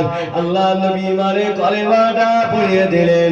আল্লাহ নবী কলিজা টুকরা আম্মা জান জায়নাব কলেমাটা পড়ে আস্তে আস্তে ঘুমিয়ে পড়লেন। আল্লাহ নবী চিৎকার দিয়ে কাঁদেন, হযরতে আবু বকর কাঁদেন, হযরত ওমর ফারুক কাঁদেন। আল্লাহ নবী সাহাবা হযরত ওমর ফারুক দাঁড়িয়ে গেলেন, ইয়া রাসূলুল্লাহ, ইয়া হাবিবাল্লাহ, হুজুর আপনি যদি আমায় অনুমতি দেন আমি আবু জাহালকে টুকরা টুকরা করে দেব। আল্লাহ নবী বললেন, বাবা ওমর না, শান্ত হয়ে যাও বাবা, বসে যাও। ও বাবা ওমর, ওরা আমাকে মেরেছে বাবা, আমার মক্কা থেকে মদিনায় চলে আসতে হলো, ওরা আমার কলিজা টুকরাকে মেরেছেন। ও বাবা ওমর, আমি রাসূলুল্লাহ যদি ক্ষমা করতে পারি, বাবা ওমর তুমি কি ক্ষমা করতে পারো না? কি আদর্শ! আর আমাদের কি আদর্শ!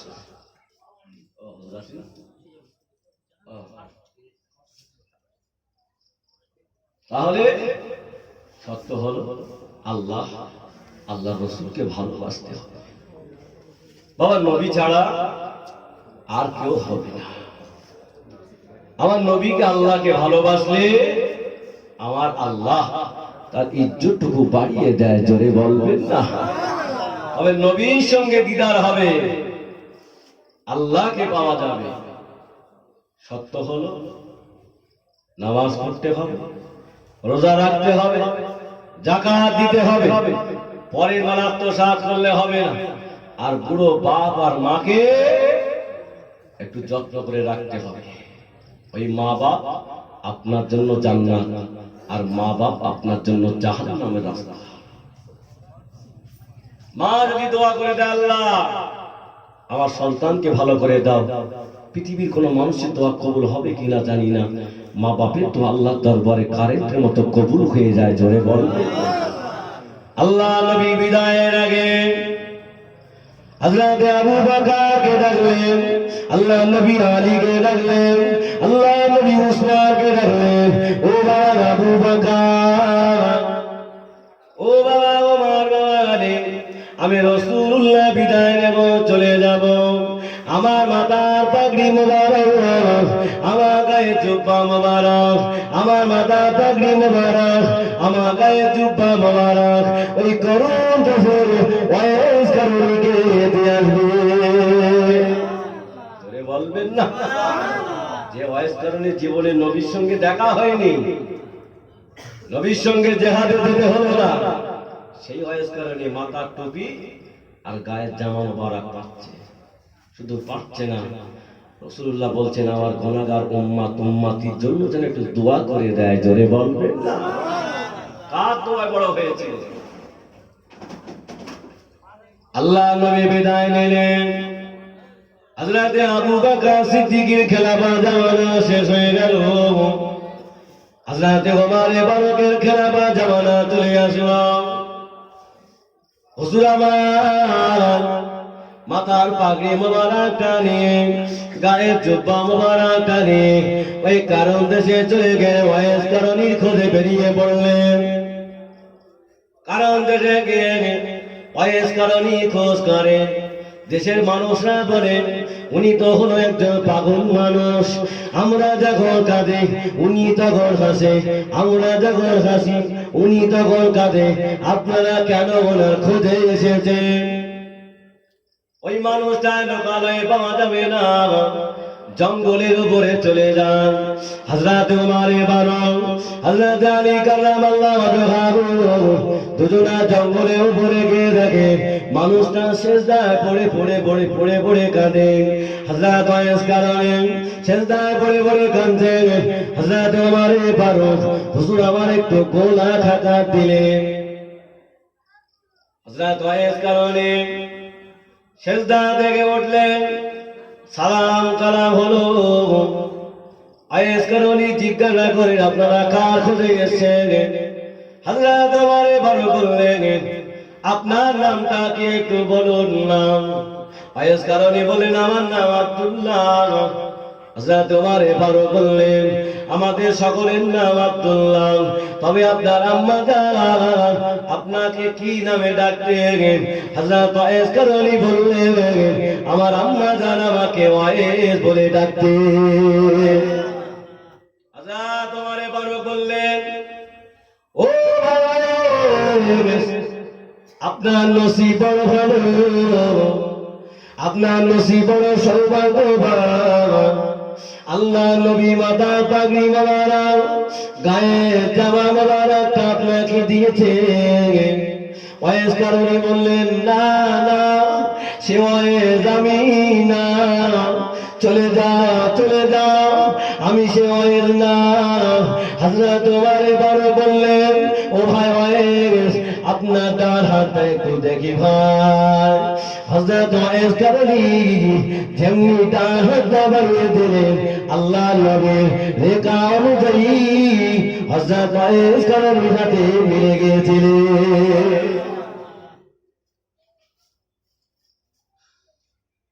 হযরত ওমর ফারুক রাদিয়াল্লাহু আনহু মাথা পাগড়ি মোবারক, গায়ে জামা মোবারক হযরত ওয়াইস কারণী হাতে উঠিয়ে দিলেন। হুজুর আমার বললেন আপনার এখানে একটু বসুন, আমি একটু পাহাড়ের ডাল থেকে ঘুরে আসি। হযরত আয়েশ কারণে হুজুর আমার পাহাড়ে আড্ডা লেগে আল্লাহর কাছে দোয়া করেন, ও রব্বুল আলামিন, আল্লাহ পাক, এ পাগড়ি আমি পরবো না, এ জামা আমি পরবো না, যতক্ষণ পর্যন্ত আপনার হাবিবের গুনাহগার উম্মত থেকে আপনি না মাফ করবেন, এ মাথায় পাগড়ি আমি দেব না। আল্লাহ পাক আওয়াজ দিয়ে বলে, নয় কেঁদো না বাবা, কেঁদো না বাবা, আমি আল্লাহ পাক নিয়ে দিলাম আমার হাবিবের 4 ভাগ উম্মতের ভিতরে আমি আল্লাহ 1 ভাগকে মাফ করে দিলাম।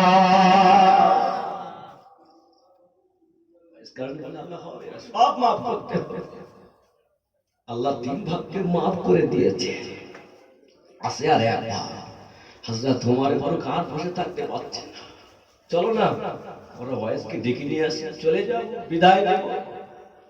হযরত ওয়াইস কারণে আল্লাহর সাথে কথা হচ্ছে, আমার নবী গুনাহগার উম্মতির জন্য ক্ষমা চাইতেন, আল্লাহ পাক 4 ভাগের ভিতরে 3 ভাগকে মাফ করে দিয়েছেন।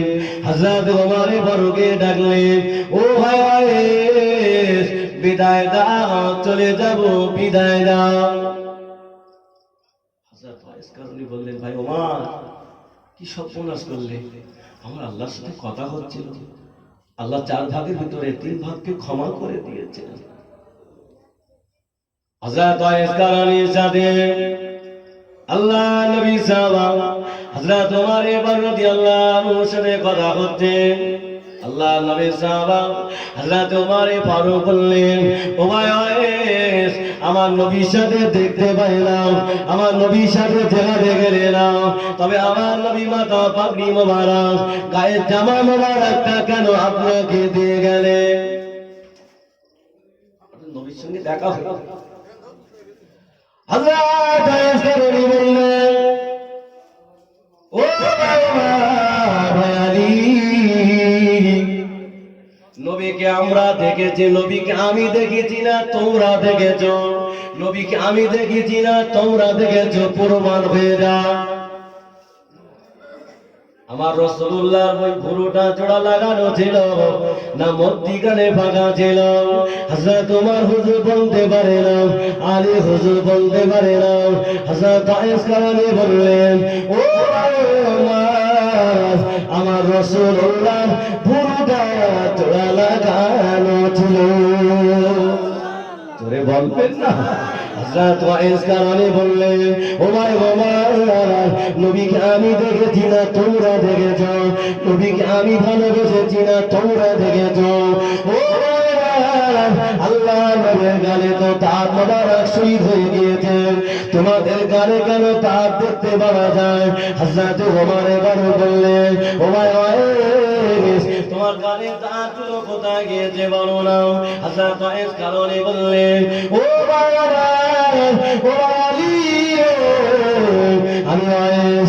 আমি ওয়াইস, আমি জঙ্গলের উপরে বসেছিলাম, আমি হঠাৎ করে জঙ্গলে আওয়াজ দিয়ে শুনতে পেলাম আল্লাহ নবী উহুদের ময়দানে 2টি তাঙ্গা মোবারক শহীদ হয়ে গিয়েছেন।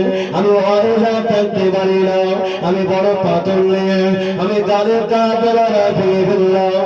আমি ওয়াইস চিন্তা করলাম, আল্লাহ নবীর গালে যদি এই 2টি তার না থাকে, আমি ওয়াইস আমার গালে যদি ওই 2টি তার থাকে, আমি ওয়াইস আল্লাহ দরবারে জবাব দিতে পারবো না।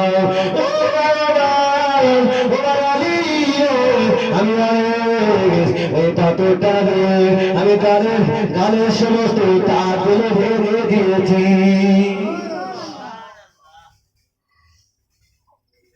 হযরত ওমর এবারও বললেন, ও ভাই ওয়াইস, তবে আমার নবীর সামনে কেন ফিরে যাও না? আমার নবীর সামনে কেন দেখা হয় না? হযরত ওয়াইস কারণী বলেছিলেন, ও ভাই ওমর, আমি গিয়েছিলাম, আমার আম্মা জান বড় জয়ীব মানুষ, আমার আম্মা জান বড় দুর্বল মানুষ, আমার আম্মা জান বড় রোগগ্রস্ত মানুষ। আমার আম্মা জানকে আমি কোলে নিয়ে গোসল করাতাম, আমার আম্মা জানকে আমি কোলে নিয়ে খাওয়াতাম। আমার আম্মা জানের কাছে আমি বিদায় চেয়েছিলাম, মা আমাকে বিদায় দাও, আমি নবীর সঙ্গে দেখা করতে যাই।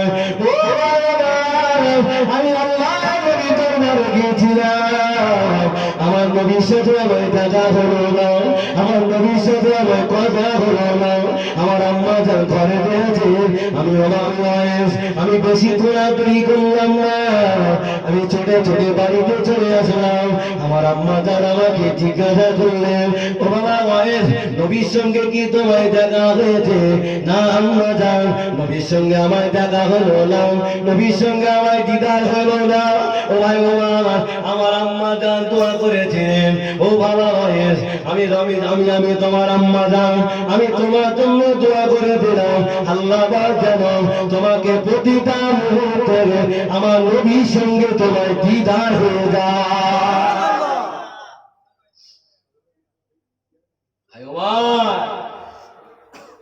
আমার আম্মা জানের দোয়া কবুল হয়ে গেল। আমি ওয়েস, আমার রাসূলুল্লাহকে আমি চোখে দেখতে পাইতাম, জোরে বলবেন না। ভাই আমার বাবাজিরা, আর বাড়বো না, বিদায় নেব।